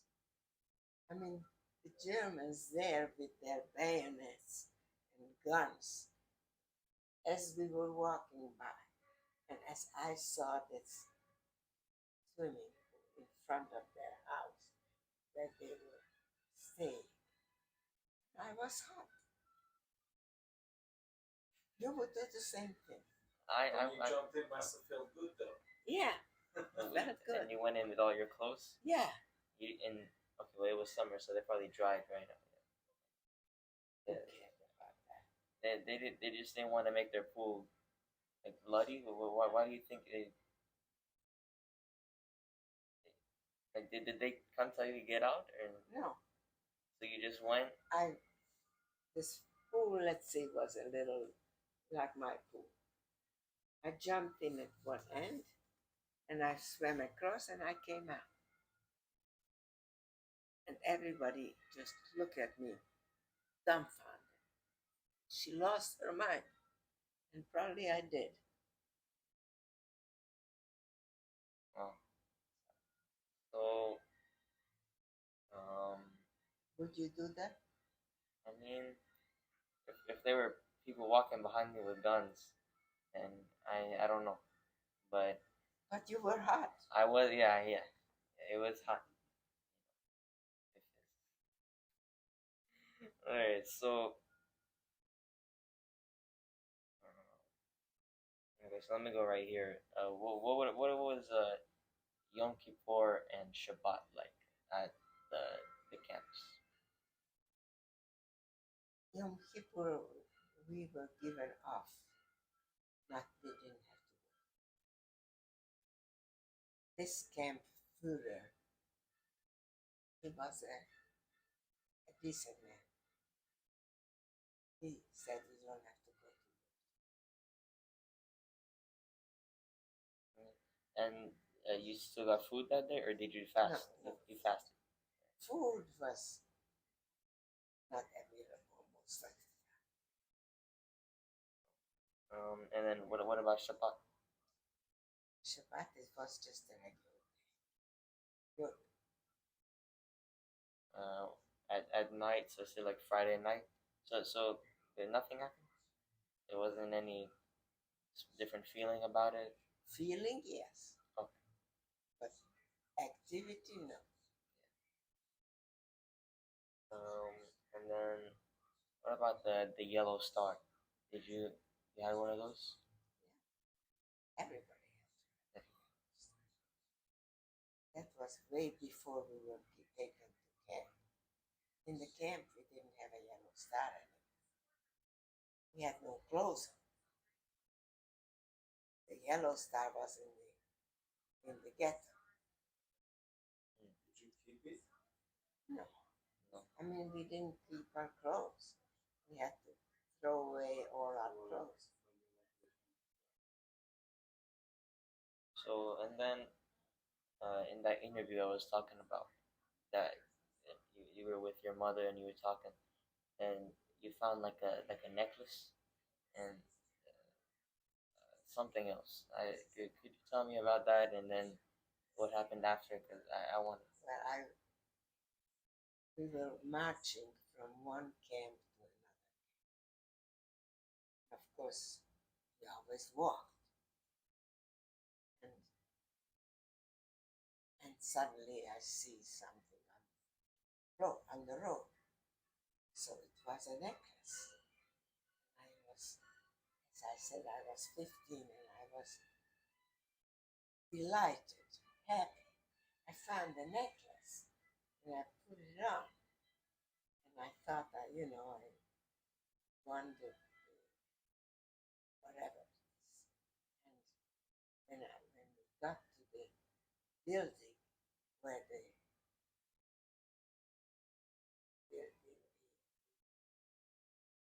Lagerfeuer, say that in English, where the head of the uh, people who took care of the, who decided on our work and our food and whatever it is. We saw she was a woman. She saw the necklace. She ordered me to give it to her. And I was very upset because I was 15 or 16, I don't remember. And I wanted to have something pretty. So my mother yelled at her. My mother was very courageous. She told her, shame on you, Jewish girl. Take away some little in some little toy or whatever it is from this little girl who has nothing else. Shame on you, Jewish girl, because she was Jewish, the head of the camp. So looks like she felt a little bit bad about it. So my mother said, okay, give her double portion of food and then you can keep the necklace. So not that she had any power, but she did. Every day from there on, she gave me a 2 liter full of soup. Did you share the soup with your mother or just? Yeah. Oh, and then one more thing about the swimming pool I forgot about. I don't mean to talk to you about it too much, but is this what it looked like right here? Okay, let me just tell you that I don't think this was the swimming pool, but this is the only pool that they have now. Yeah. I don't know what happened to the one that I swam in. I don't know if that was it or not. No idea. And it was a regular pool. These I don't know if they are regular pool. I don't know where it was because you don't know these things. We were passing by. It was on the road. So I don't know. Yeah. Did you ever, when you went back to Auschwitz, did you try and find? This is what I found. But I'm not sure Oh. that's what it was. Yeah. So, and then, did you ever get into like an altercation with the other Jews in the camp? No. No? It was always like peaceful between you guys, just. Well, sometimes we yelled at each other, but we couldn't even do that because we couldn't talk loudly. So, no, as a matter of fact, there were some, like there was a few sisters together. They used to argue with each other, but I wouldn't argue with others. Sometimes somebody said, who, you remember when my Shabbat second piece of bread was stolen? Yeah. Now, if this happened between other people, they would have yelled at each other. But I don't think I yelled. I didn't know who did it or why. but everybody was hungry. So Yeah. So, and then were you ever in a death march? No. So those didn't happen often then, because I thought. well, it happened war toward the end of the war when they were evacuating from one camp to another. They were they didn't want to be captured by the Russians, for example. So they evacuated the people from that camp so they will not. Remember, this was the end of World War II. They didn't want to lose the war. They didn't want the Russians to capture. But they did capture me. I was liberated by the Russians, by the Soviets. Yeah. So, and then it's a very generic question, but I thought I'd ask it anyway.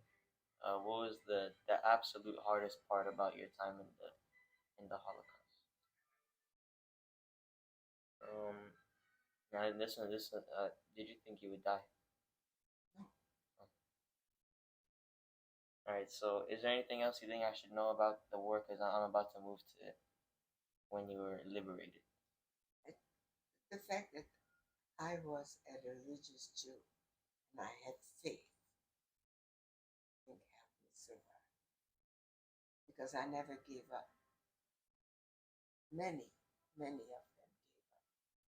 If you give up, you don't want to walk anymore. That was it. I remember that scene when it was snow on the ground and we had to walk in the snow.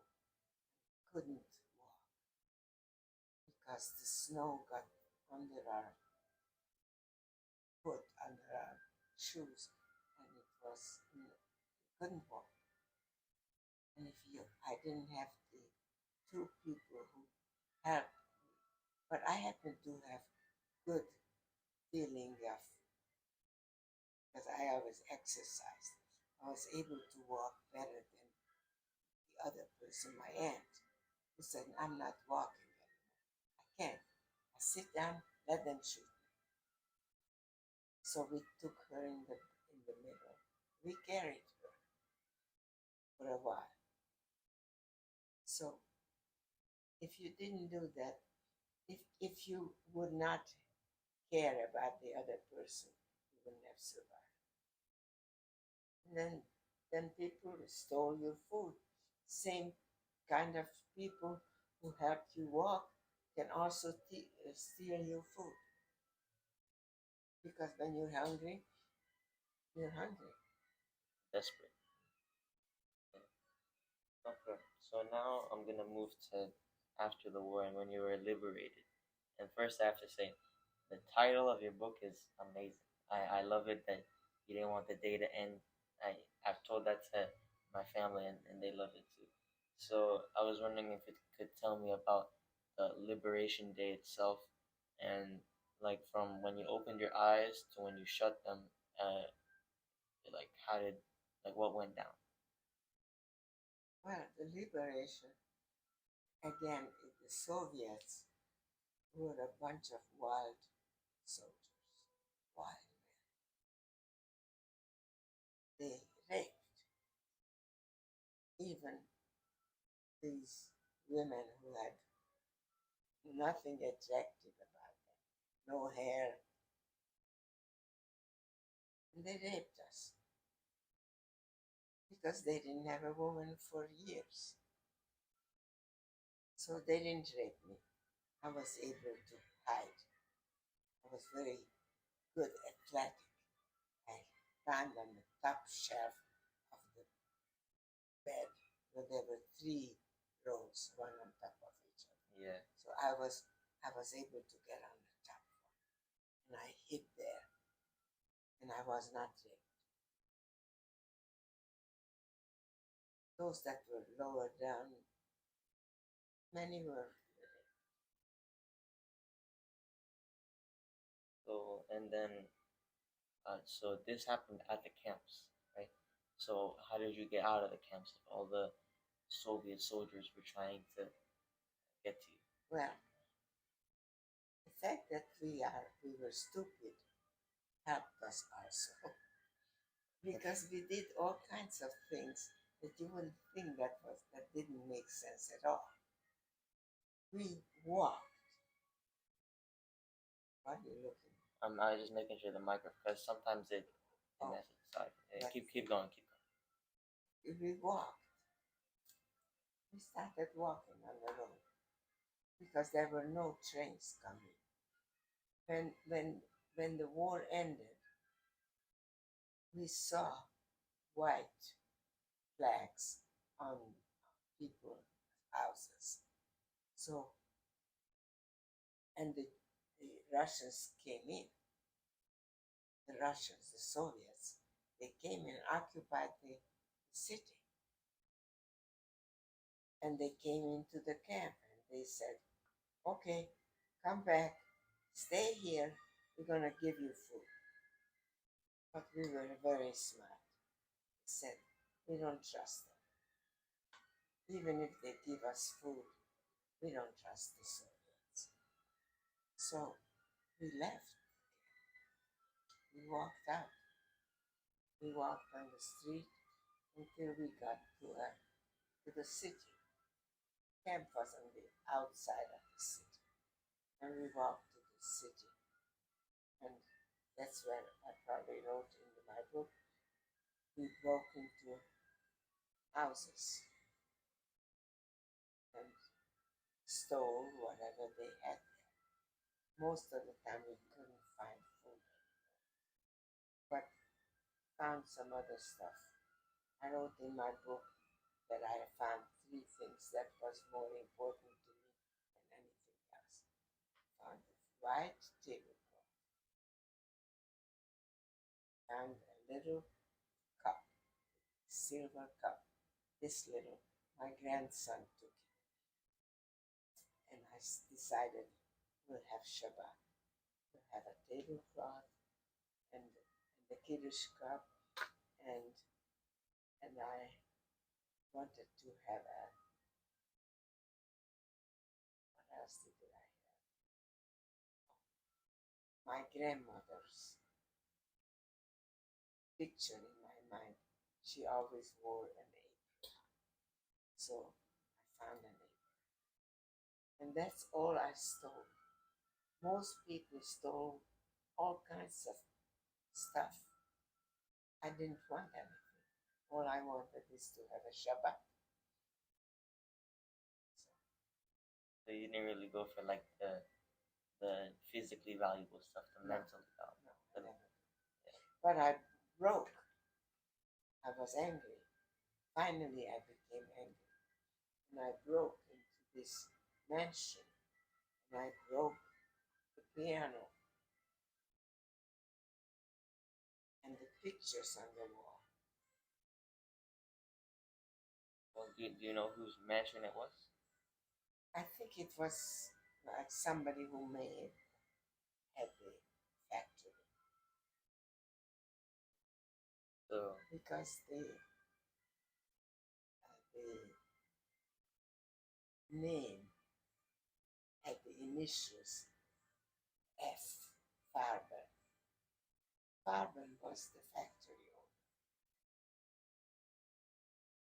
So I took this tablecloth that had an F on it. I don't have it anymore. and you had Shabbat. Or was it even a Friday? No, when Friday came around, Oh, had Shabbat. okay, I see. So and then how did the Liberation Day end? Well, believe me, I was feeling so sorry for the Germans who were running away. And I felt sorry for them. My mother was very mad at me, feeling sorry for them. But they went through the kind of things that happened to us. You know, they were they were now attacked by the Russians, and they were killed in front of us. So, Oh, if you're a human being, it doesn't matter. You cannot look at suffering feeling bad.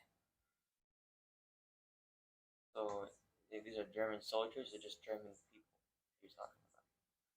German people in the town where we were located at that time.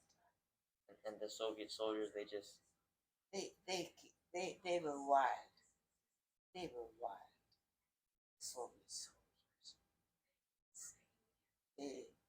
They had not seen women for years, and they raped them.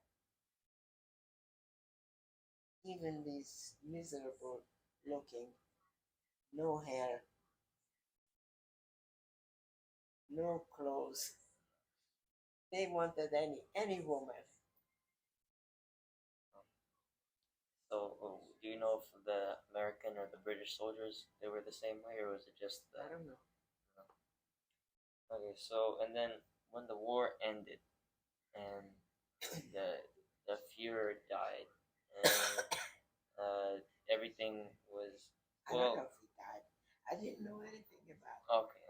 So when the war when it was finished and you were free kind of right and I mean you were displaced right? I mean you didn't have a home you didn't have any money but was there like a like a celebration? We wanted to get back to Hungary. So we did everything we could able to go back. Got on trains, cars, not cars, trains mostly. Any train that came by, we got on it. Also because when we were on the train, we were less likely attacked by the Russian soldiers. I see. So what was the first thing you ate after the liberation?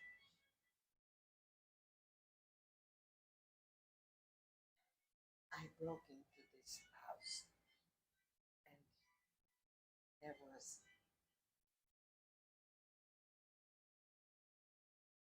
this hanging on. No, this was a store. This was a butcher store. Okay.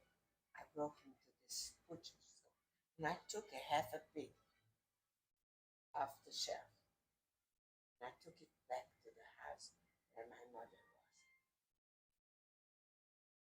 She said, "We're gonna eat it. We're just gonna have to eat something." So she cooked it. We all got sick. Did it taste good? I got sick.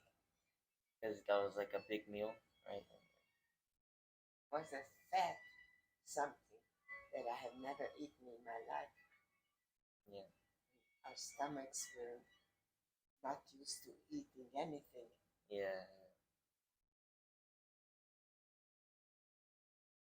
So when you say like our okay, so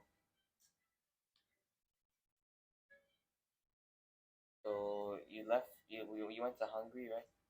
And we found our way eventually. In about 6 weeks, we were able to find trains. Anything that moved, we got on it. Why? Because if we stayed in one place, we were attacked by the Russians. Because we were girls. So anytime anything moved, we got on it, any train.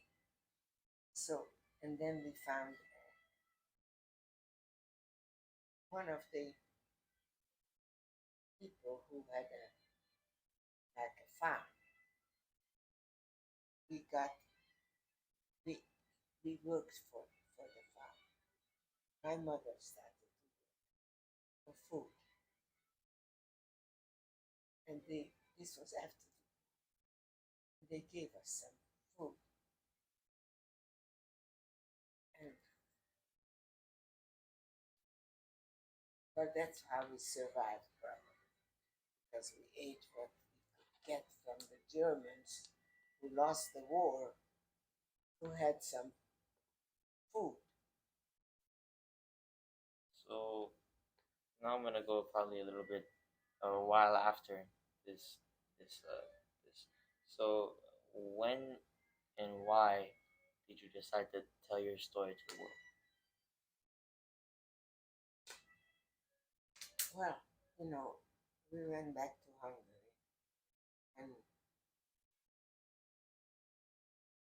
we, for weeks and months and years, we were waiting to see who survived. There was in Hungary a shul, a synagogue, and they had the survivors' names on the door. These are the people who came back with the names. So I found my brother at the railroad station. So this one was people found each other by the Jewish community who became organized with their names who survived on the war. So then they tried to find each other. I found my brother on the railroad station, and I didn't find my father or my other brother, but nobody else. They were not on the list anywhere, so we assumed that they were not alive. So so that interview that I watched in from 1983 is that the well okay so let's say it was 19 it said it I was don't 19 know. yeah but is that the first time? I mean, do you remember the interview? I don't know which one you mean. It was with your mom. It was with your mother, and Oh, that was not the first interview. It was already with my mother, right? uh, well, I can show that. Can you hand me your phone? Can you hand me your phone? Yeah, so I can show.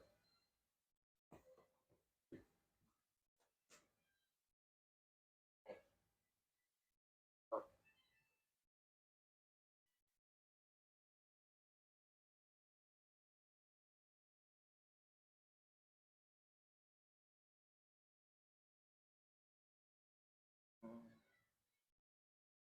Okay, you're not tired? I'm tired, oh, you're tired. but this is this is important. Okay. We appreciate it. Yeah. Thank you. All right. So. Uh, That's why I'm healthier than others, because I talk about it. so this is it. That's how I became a therapist. And I helped others talk. Very good at it. This is it right there. This was already. This was not the first interview. I think this was already. Where was this? Did I tell you? It's a nice picture. It's just the beginning.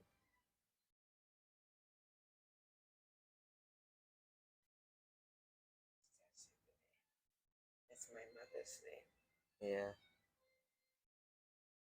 See, I didn't write or do anything until while my mother was alive, because she was so angry.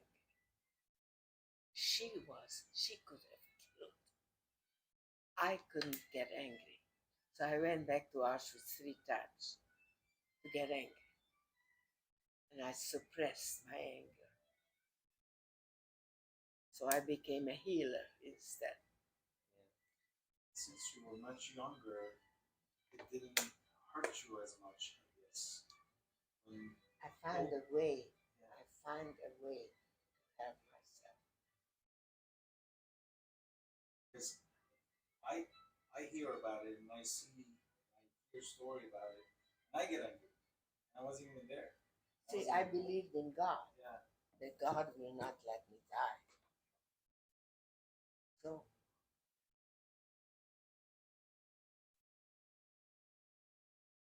Okay. So and so I know a lot of Holocaust survivors. They decided to tell their story because they read the article that said it never happened. Is that why? Is that why you? I guess so. No, I don't know why I said so. Because I was already an educator. I was a teacher. Yeah. I, And my kids that I had the Hebrew class for asked me what this was, you know, what they that's how I started to talk. Because my class, the Hebrew class that I gave, the kids wanted to know about it. That was the first time I dared to talk about it. Nobody dared to talk. Nobody, none of the survivors wanted to talk about it. Not until later. It's very hard. And most of the people survived by themselves. They had no mother or so that's how I went into becoming a psychotherapist to help people to express. so moving, I wanted to talk about like your profession. Like you became a therapist, and so to be 20 years I worked in this office, psychotherapy. 20 years at this place and another place I don't so to become a therapist, you had to go through 11 years of school, right? And you went to some pretty tough colleges, right?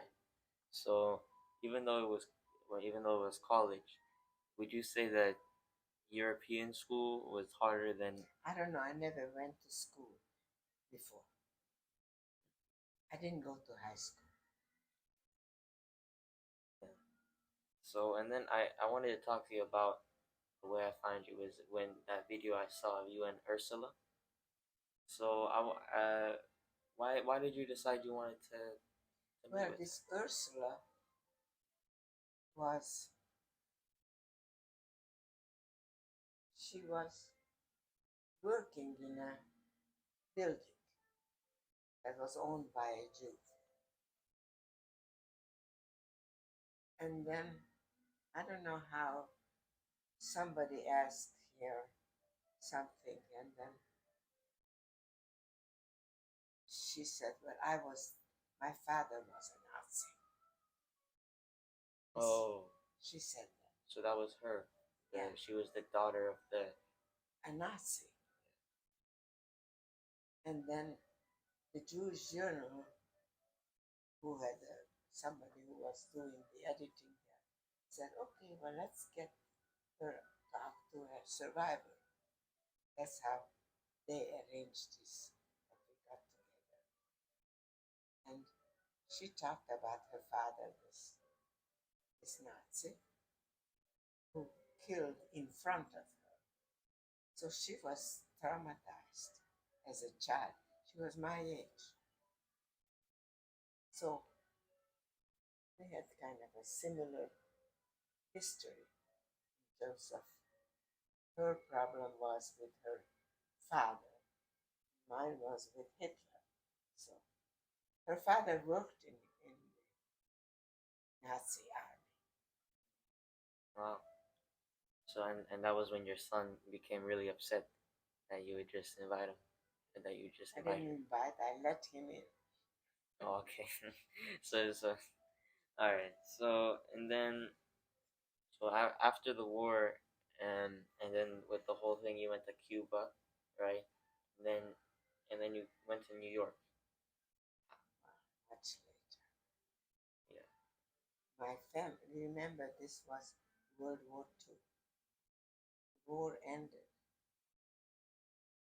and we went back to Hungary. There was nothing, nobody left. none of the family. Nobody was. So we didn't want to stay there. So we had these uncles who immigrated to Mexico before the war. So they sent us money and papers to get us out of it. But we couldn't go anywhere else. But we only got permission to go to Cuba. So we stayed in Cuba for 2 years. And how long were you in New York? Not long. I had only a transit visa. I Oh, couldn't stay. and then I illegally came to New York later. yeah. And then how long have you been living in California?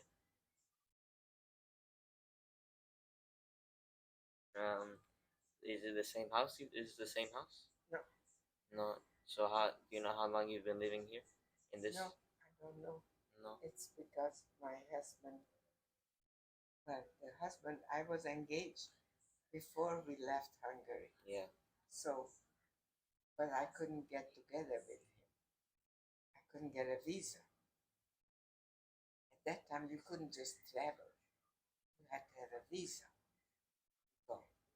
So, I couldn't get a visa to get to the United States. So, you know my story. I was smuggled in. Yeah. So, eventually, I had some relatives who were in America, and they helped us find an attorney who helped me get legalized. So eventually I got legalized. And then I just wanted to show you, take that book. This one? Yeah. That's the family journal. Oh. The family was the Horowitz Margaret family. And my family was chart number 5. Part 5.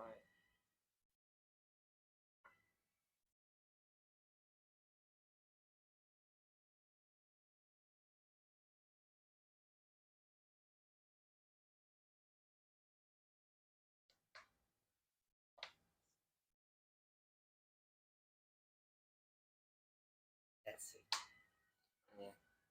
So That's my great grandfather, great grandmother. That was my family when I was 8 years old. That was my mother and my father there. and wait, so which one of these is you? That little girl over there.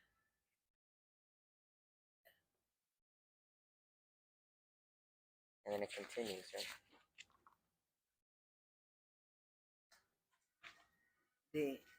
My ancestors were making the matzahs. They had a matzah factory. It was called Horowitz. That was my great grandfather. And Margaret was another family. Together they had this factory. They made matzah. And these were the ones in Edelini?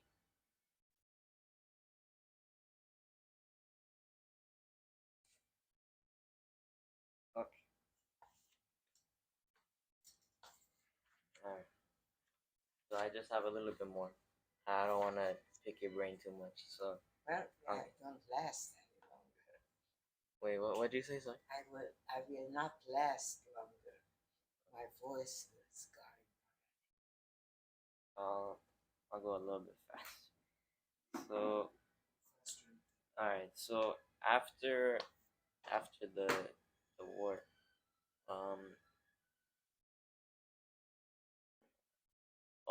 do the memories, like, do they still come back to you and you get No, emotional? I was much healthier then because I talked about it all the time. What's the matter? Checking. What? Just checking Why? the temperature Why? because you want 78. Yeah. I'm fine. Okay. So, is it true that when people see you, they might only see like the survivor that you are? I don't know what that is. Okay, I'll change. I'll rephrase it quick. So, when people see you, is all they see the Holocaust survivor, or no? Look, I became a therapist. Yeah. And many people that I helped, you know, they are. And then I got married, and my husband he was the head of Jewish education in Los Angeles. So he was a very well respected person. So I had a very good life. Wherever he worked, you know, I was a wife. I also had my own work. Yeah. So I had a good life. So, And I have 3 sons, and they got married, and they have children, grandchildren. So you have great grandchildren? yeah, That's nice. So, look at all those family pictures, all the grandchildren. yeah. Marriage.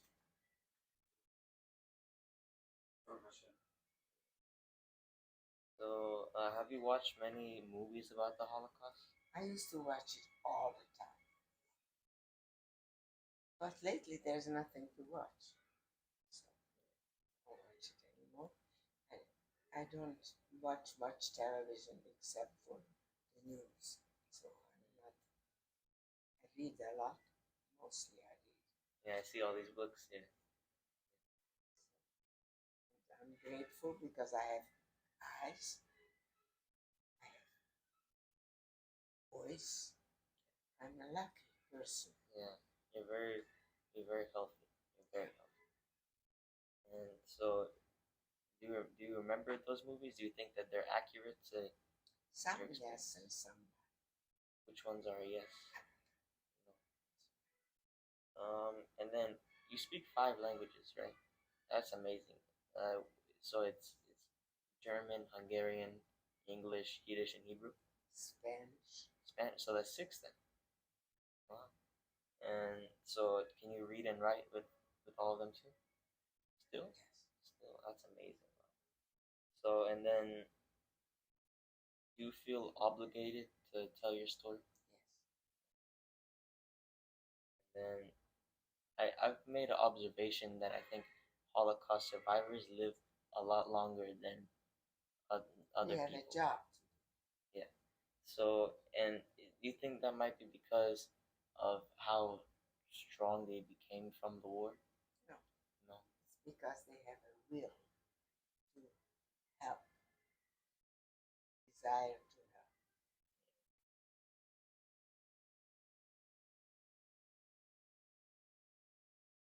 Not everybody. There are some unhealthy ones who were affected so badly that they can never sleep. Yeah. I don't think I'd be able to sleep either. I'm that type of person. I wouldn't be able to handle anything.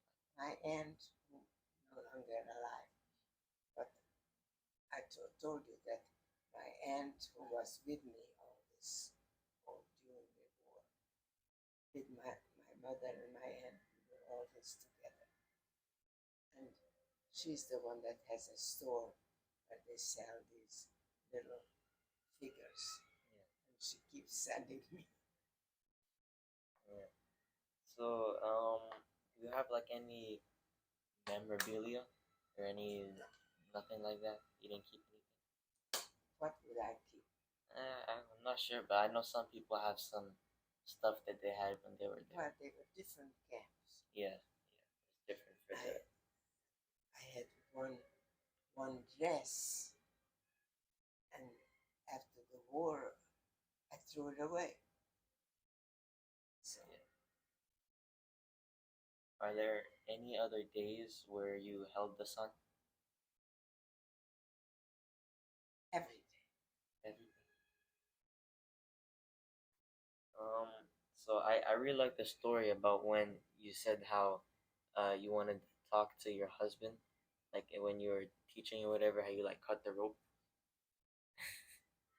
Did you ever tell him about that? How you tried to talk to him by doing this? At first, I don't understand what you're asking. Okay, so in the book, in the book, I think you said how when you first was meeting your husband, right, and you were in like a group together, right? So, and you wanted to talk to him, right? You thought he was a attractive man, and so the way that you initiate, yeah, I wanted to get his attention yeah, because there were many other girls yeah, who were prettier than yeah, me. no, And I got this very smart way to get his attention, to get the rope from his tent. I just had a picture about that somewhere. It's in the other book. Where is the other book? It's had a picture. Yes. oh,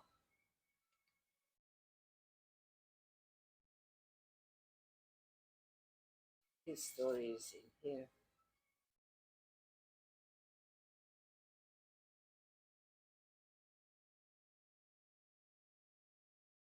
Here.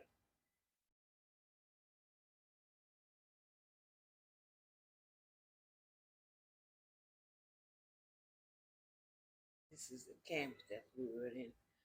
We slept in these tents. Did you ever tell him about how you tried to talk to him like by doing that? Well, he realized. Oh, okay. I So mean, he- I got the attention that I wanted. So The rest is history. the rest is Yeah. history. So, are you happy today? Yeah. Yeah. I'm happy every day. I say every morning. Mode ani lefanach. Melech Chai V'Kayam, Sheikh, yeah. So do you believe in okay, well, now these are like the three send-off questions, kind of. Do you believe in possible world peace? What? Do you believe in possible world peace?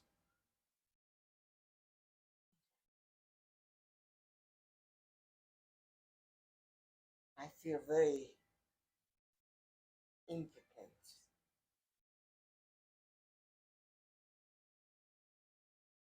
Unfortunately, you know, and in my work, through my work,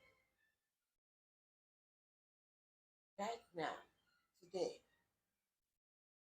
the way little children are raised, instead of feeling safe and loved, they are raised so that they are not taken care of, so they become angry and ready to kill. It starts from early childhood when children are not raised with love and understanding. So So I don't know how much hope I have unless we teach. That's why I'm talking to you. so this next question is actually I asked my grandmother and I asked her, is there any questions you want me to ask on behalf of you? And so this next question is from her. It's my dad's mom. And so I met with her yesterday, and she told me ask her what is the expectation you have for the new generation to not let something like the Holocaust happen ever again.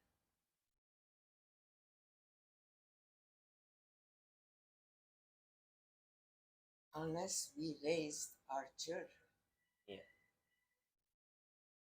it will happen again. Not with me, maybe, with another people.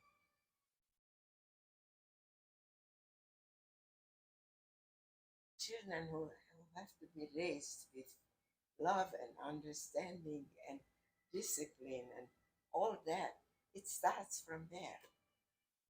Yeah. Okay. So, do you have any advice for me? Keep doing what you're doing. Doing it well. Thank you. And the last question is, what is one message you have to the world? Let's say 7 billion people are watching through that phone. What's the one thing you want to say? Start from the beginning.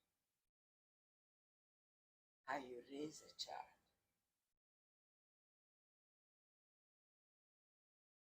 Child doesn't hate by itself. It hates as a reaction to how she is treated. So that's all I can say. You know, I lived with other people, and because I am handicapped, I get sometimes a different kind of a caregiver. It tells me a different story. And I could see that this child should have had more understanding and direction. But at least she's a caregiver. She's not a killer. So she had a good parent because she became a giver instead of a taker. Of course, she's paid. She's paid very well. But still, it's not the same as another man who doesn't care. It's education. That's all I can say. And we can't, it's not like the work is ever done. It's never done. It's constant. After you're talking with me, you have to talk to others and other people. And then you will have a girlfriend who will have to understand that people have to learn how to get along.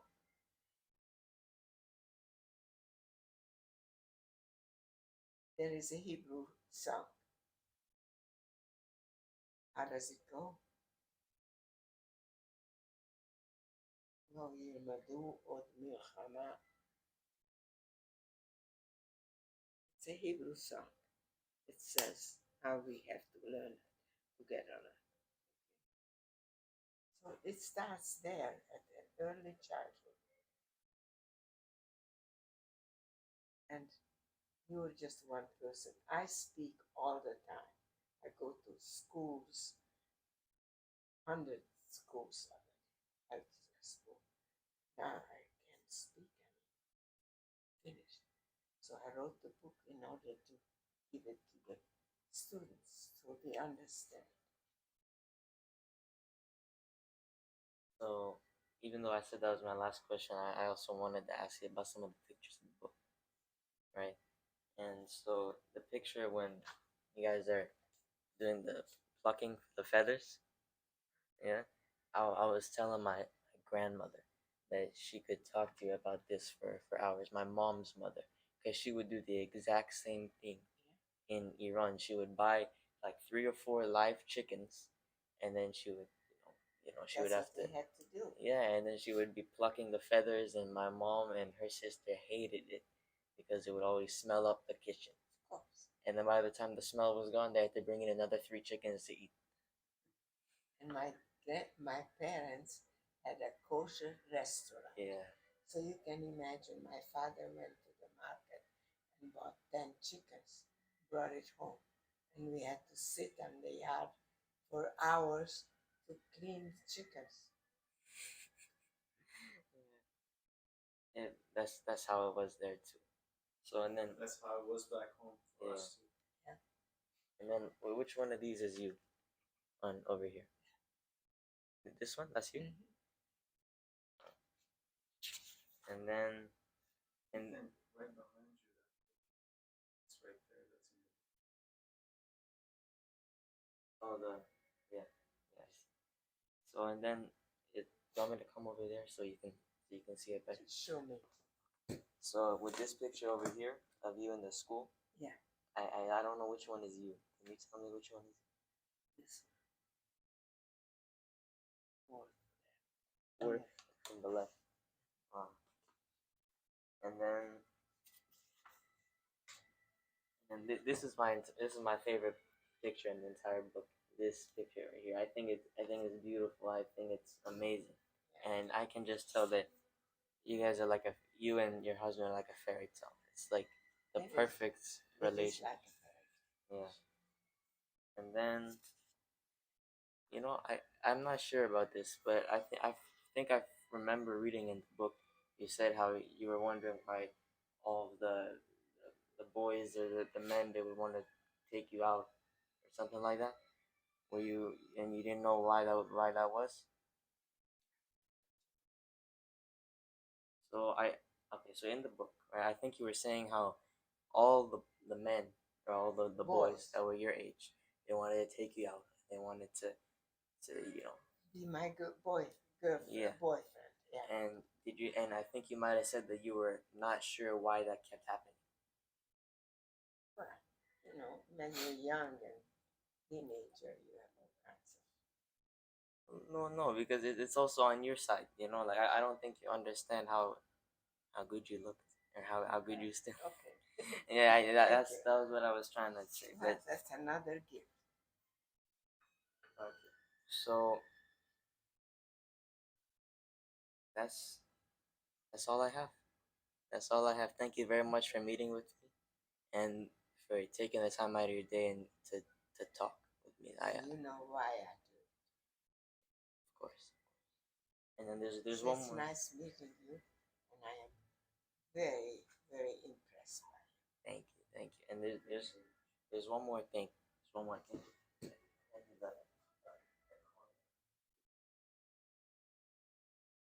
I don't know if your eyes can still see this, but you can, I'll just give that to you for now. You can read it whenever you like. And then you know these Hungarian words. I use. Where did you get it? Unbelievable. Who helped you with this? It's not so impressive. I just use the internet. Oh, yeah? Yeah, the internet has all this stuff. Very interesting. I didn't know that you can do this. Yeah. So you can cheat with anything. Yeah. It's the same thing I did with my grandparents. I just wrote it. I just wrote their Mother's Day card, their Father's Day card in Farsi. And Unbelievable. yeah, So what is real now? nothing. Yeah, everything is just made up, and you can go on the internet and do whatever you like, and it'll help It's you out scary. a little bit. That's kind of how I found your phone number. Your phone. Yeah, I just looked up your name, and I found the number. So it's a little frightening. Yeah. And yeah, I was. So what can I do? I don't think you can do anything really because the from this website they use government documents and they just have the phone numbers of everyone. So, but I don't know how many people they call your home phone to contact you. But and then But many people are not interested. There are those who deny that there was such a thing. yeah. So and then This is unbelievable. This is just unbelievable. you can Thank read it. you. You can read. Yeah, Yeah. it's perfect. What does this say? I thank you very much, me and my father, to allow us to come to your house. And I thank you that I met you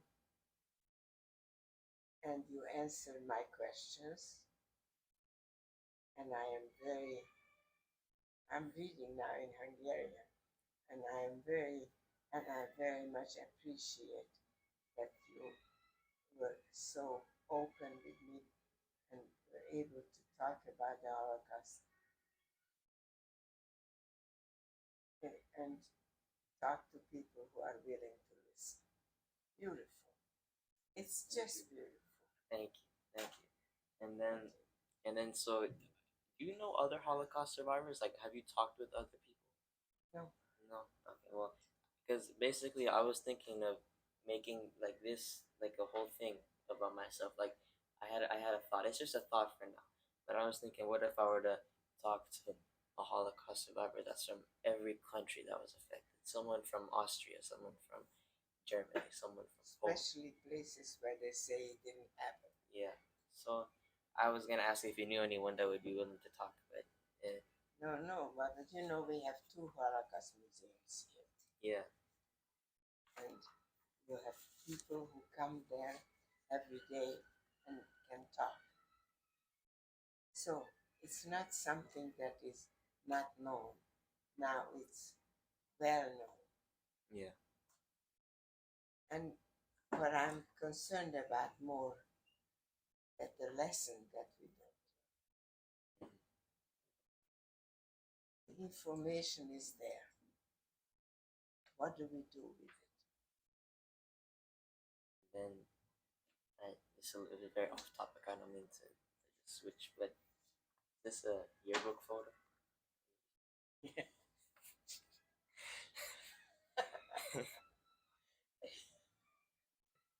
This is unbelievable. I don't think I have this picture. I'm 14 years old here, or 13, maybe 13. See this hat? This was like you had to wear a hat like that with a Hungarian, whatever it's called. Mm. And thank you. Is this gonna be mine? I can give it to you. This one. That one? Because I don't have a picture like that. Of course. But how do they have it? Okay, it's not online. I went to the Holocaust Museum of LA, and I went there a couple weeks ago. I did research about you, so I could get familiar. I know who I'm talking to, right? And so I went to the Holocaust Museum, and I asked, do you have anything on Erika Jacoby? And they said that we have a book that she wrote. It's 52 different people that have wrote in it, and it's about Holocaust survivors, and they share their story. And this picture was there, so I just thought it. Unbelievable. So you can go ahead and hold on to Thank you. that. I don't think I have this picture. Well, now you do. No, I Now you do. Okay.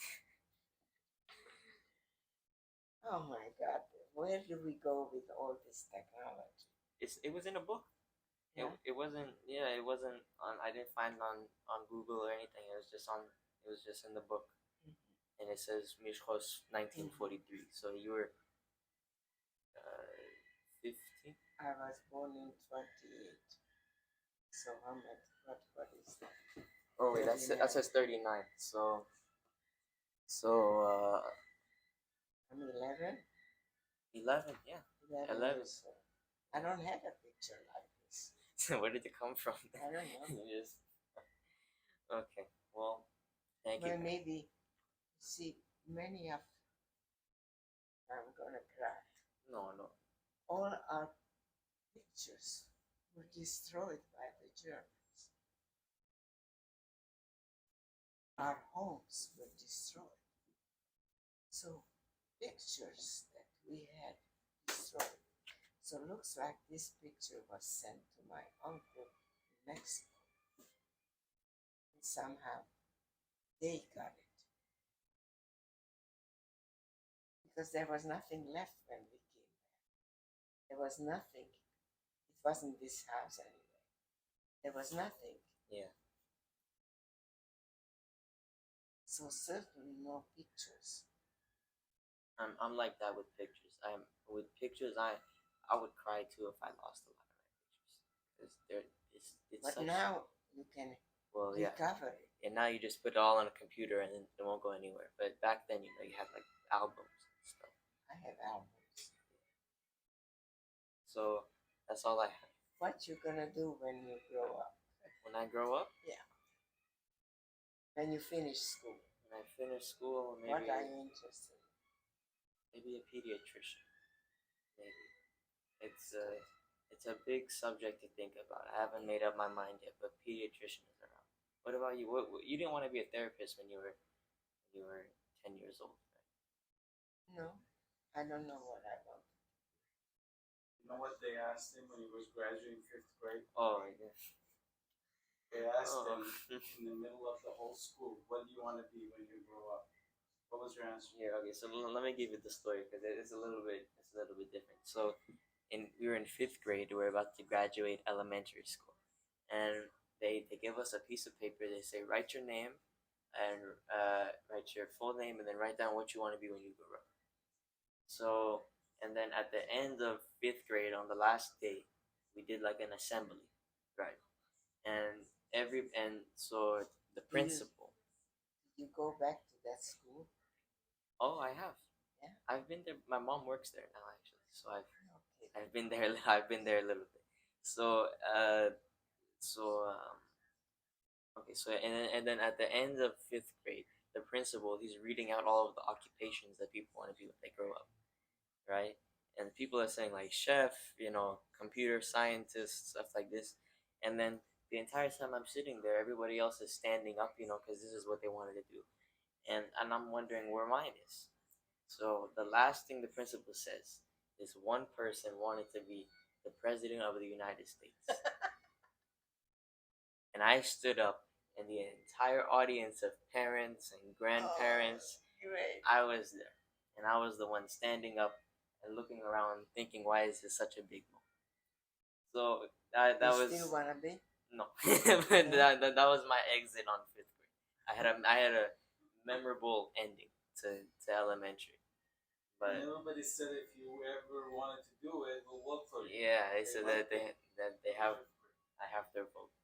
So yeah, So but this is the first time in my life that I didn't vote. oh, okay. Physically, I couldn't do it. I lost my ability to go to the computer. That's what happens when you get old sometimes. So I'm still able to talk to you, but I couldn't go to the internet. I didn't know how to do it. I don't know now. I mean, if you need a T-shirt, you know, Okay, you will be available. I work for minimum wage. Okay. Uh, Isn't it something? How many children do you have? 2? Yeah. What's the other one? Her name's Audrey. Audrey. What is she gonna be? She also wants to be She's the an animal president. lover. So maybe like a veterinarian. She loves she loves. She loves animals. Yeah, she wouldn't be a good president. She loves too much.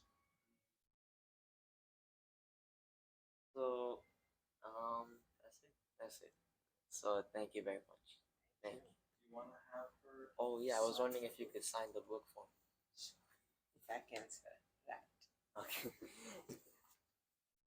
You got a pen for me? It's not the pen, it's my hand. I'll take it.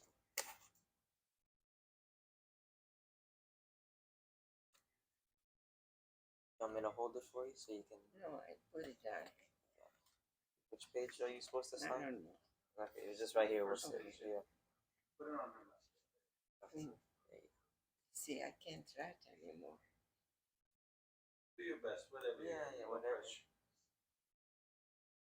What's your name? Ethan. Ethan. Yeah. E.T. Yeah. You want me to hold this for you? No. That. No, I write.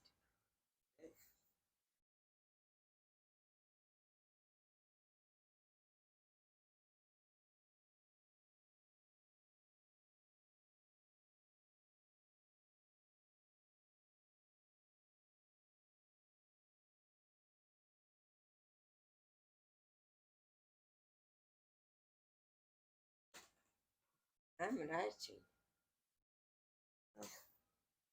Thank you very much.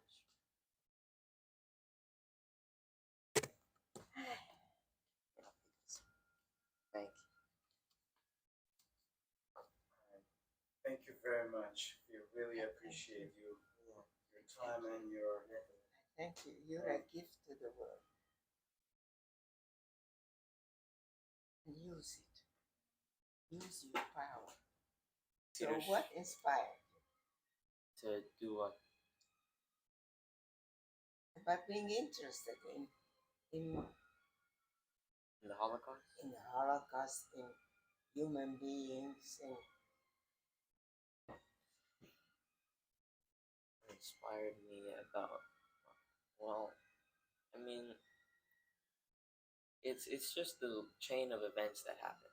I feel like there's never been like one sole person that just says yeah, tell me.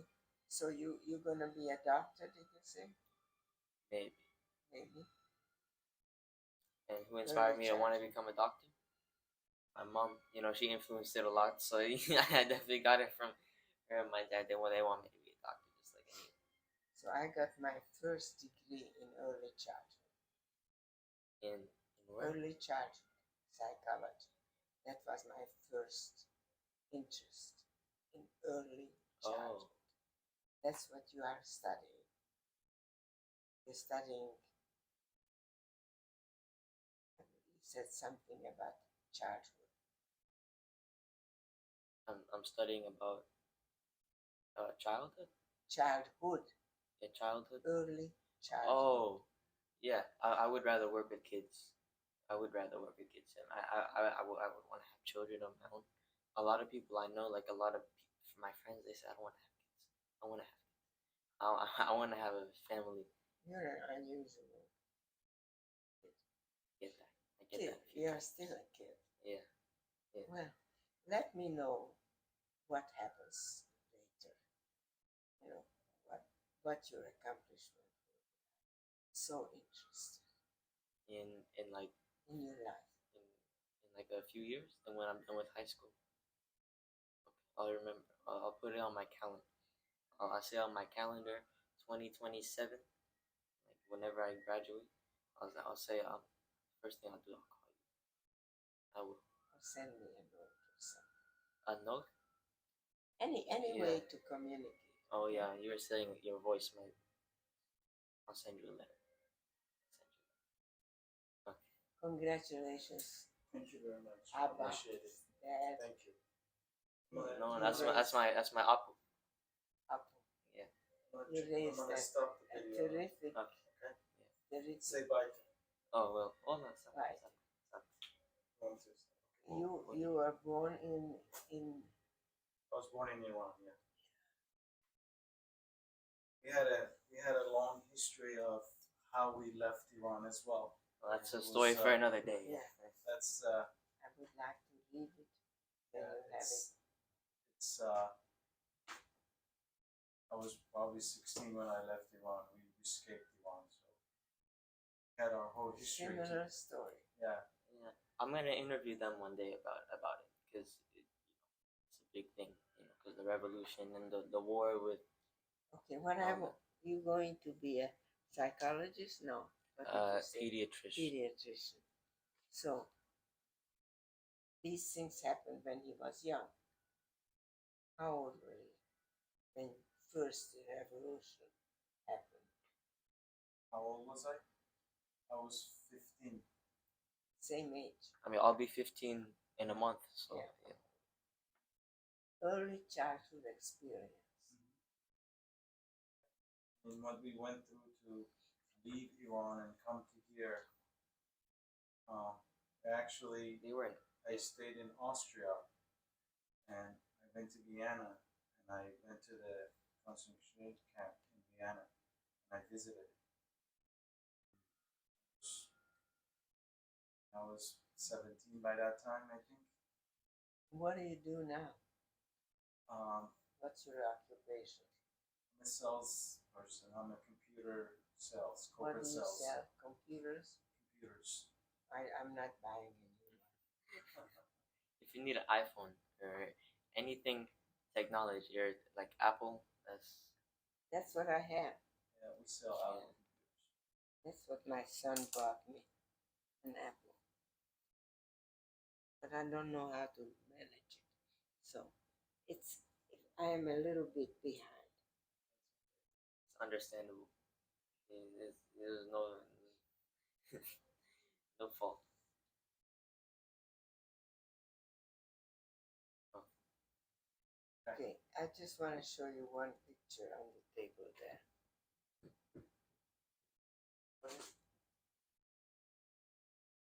Let me see. Not that. No, that's.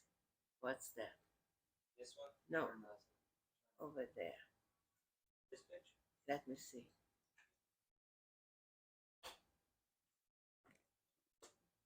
That's now. This is my family now. This is my rabbi's son. This is my other son. And this is my third son. This is my daughter-in-law. That's me. This is our recent. And I have 25 great grandchildren. I think. Or 30. And Baruch Hashem. they all live in USA right now. Some live in Canada. And some lived in Israel for many years, but now they came back here. So come and go. They traveled a lot. Well, yeah, I think that might be it then. Yeah, we should probably get going. Man. Good Thank you. luck. Let Thank me you. know when good things happen to you. Of course, Okay? I will. Invite me to your wedding. Okay, I will. I will. Thank you. All right.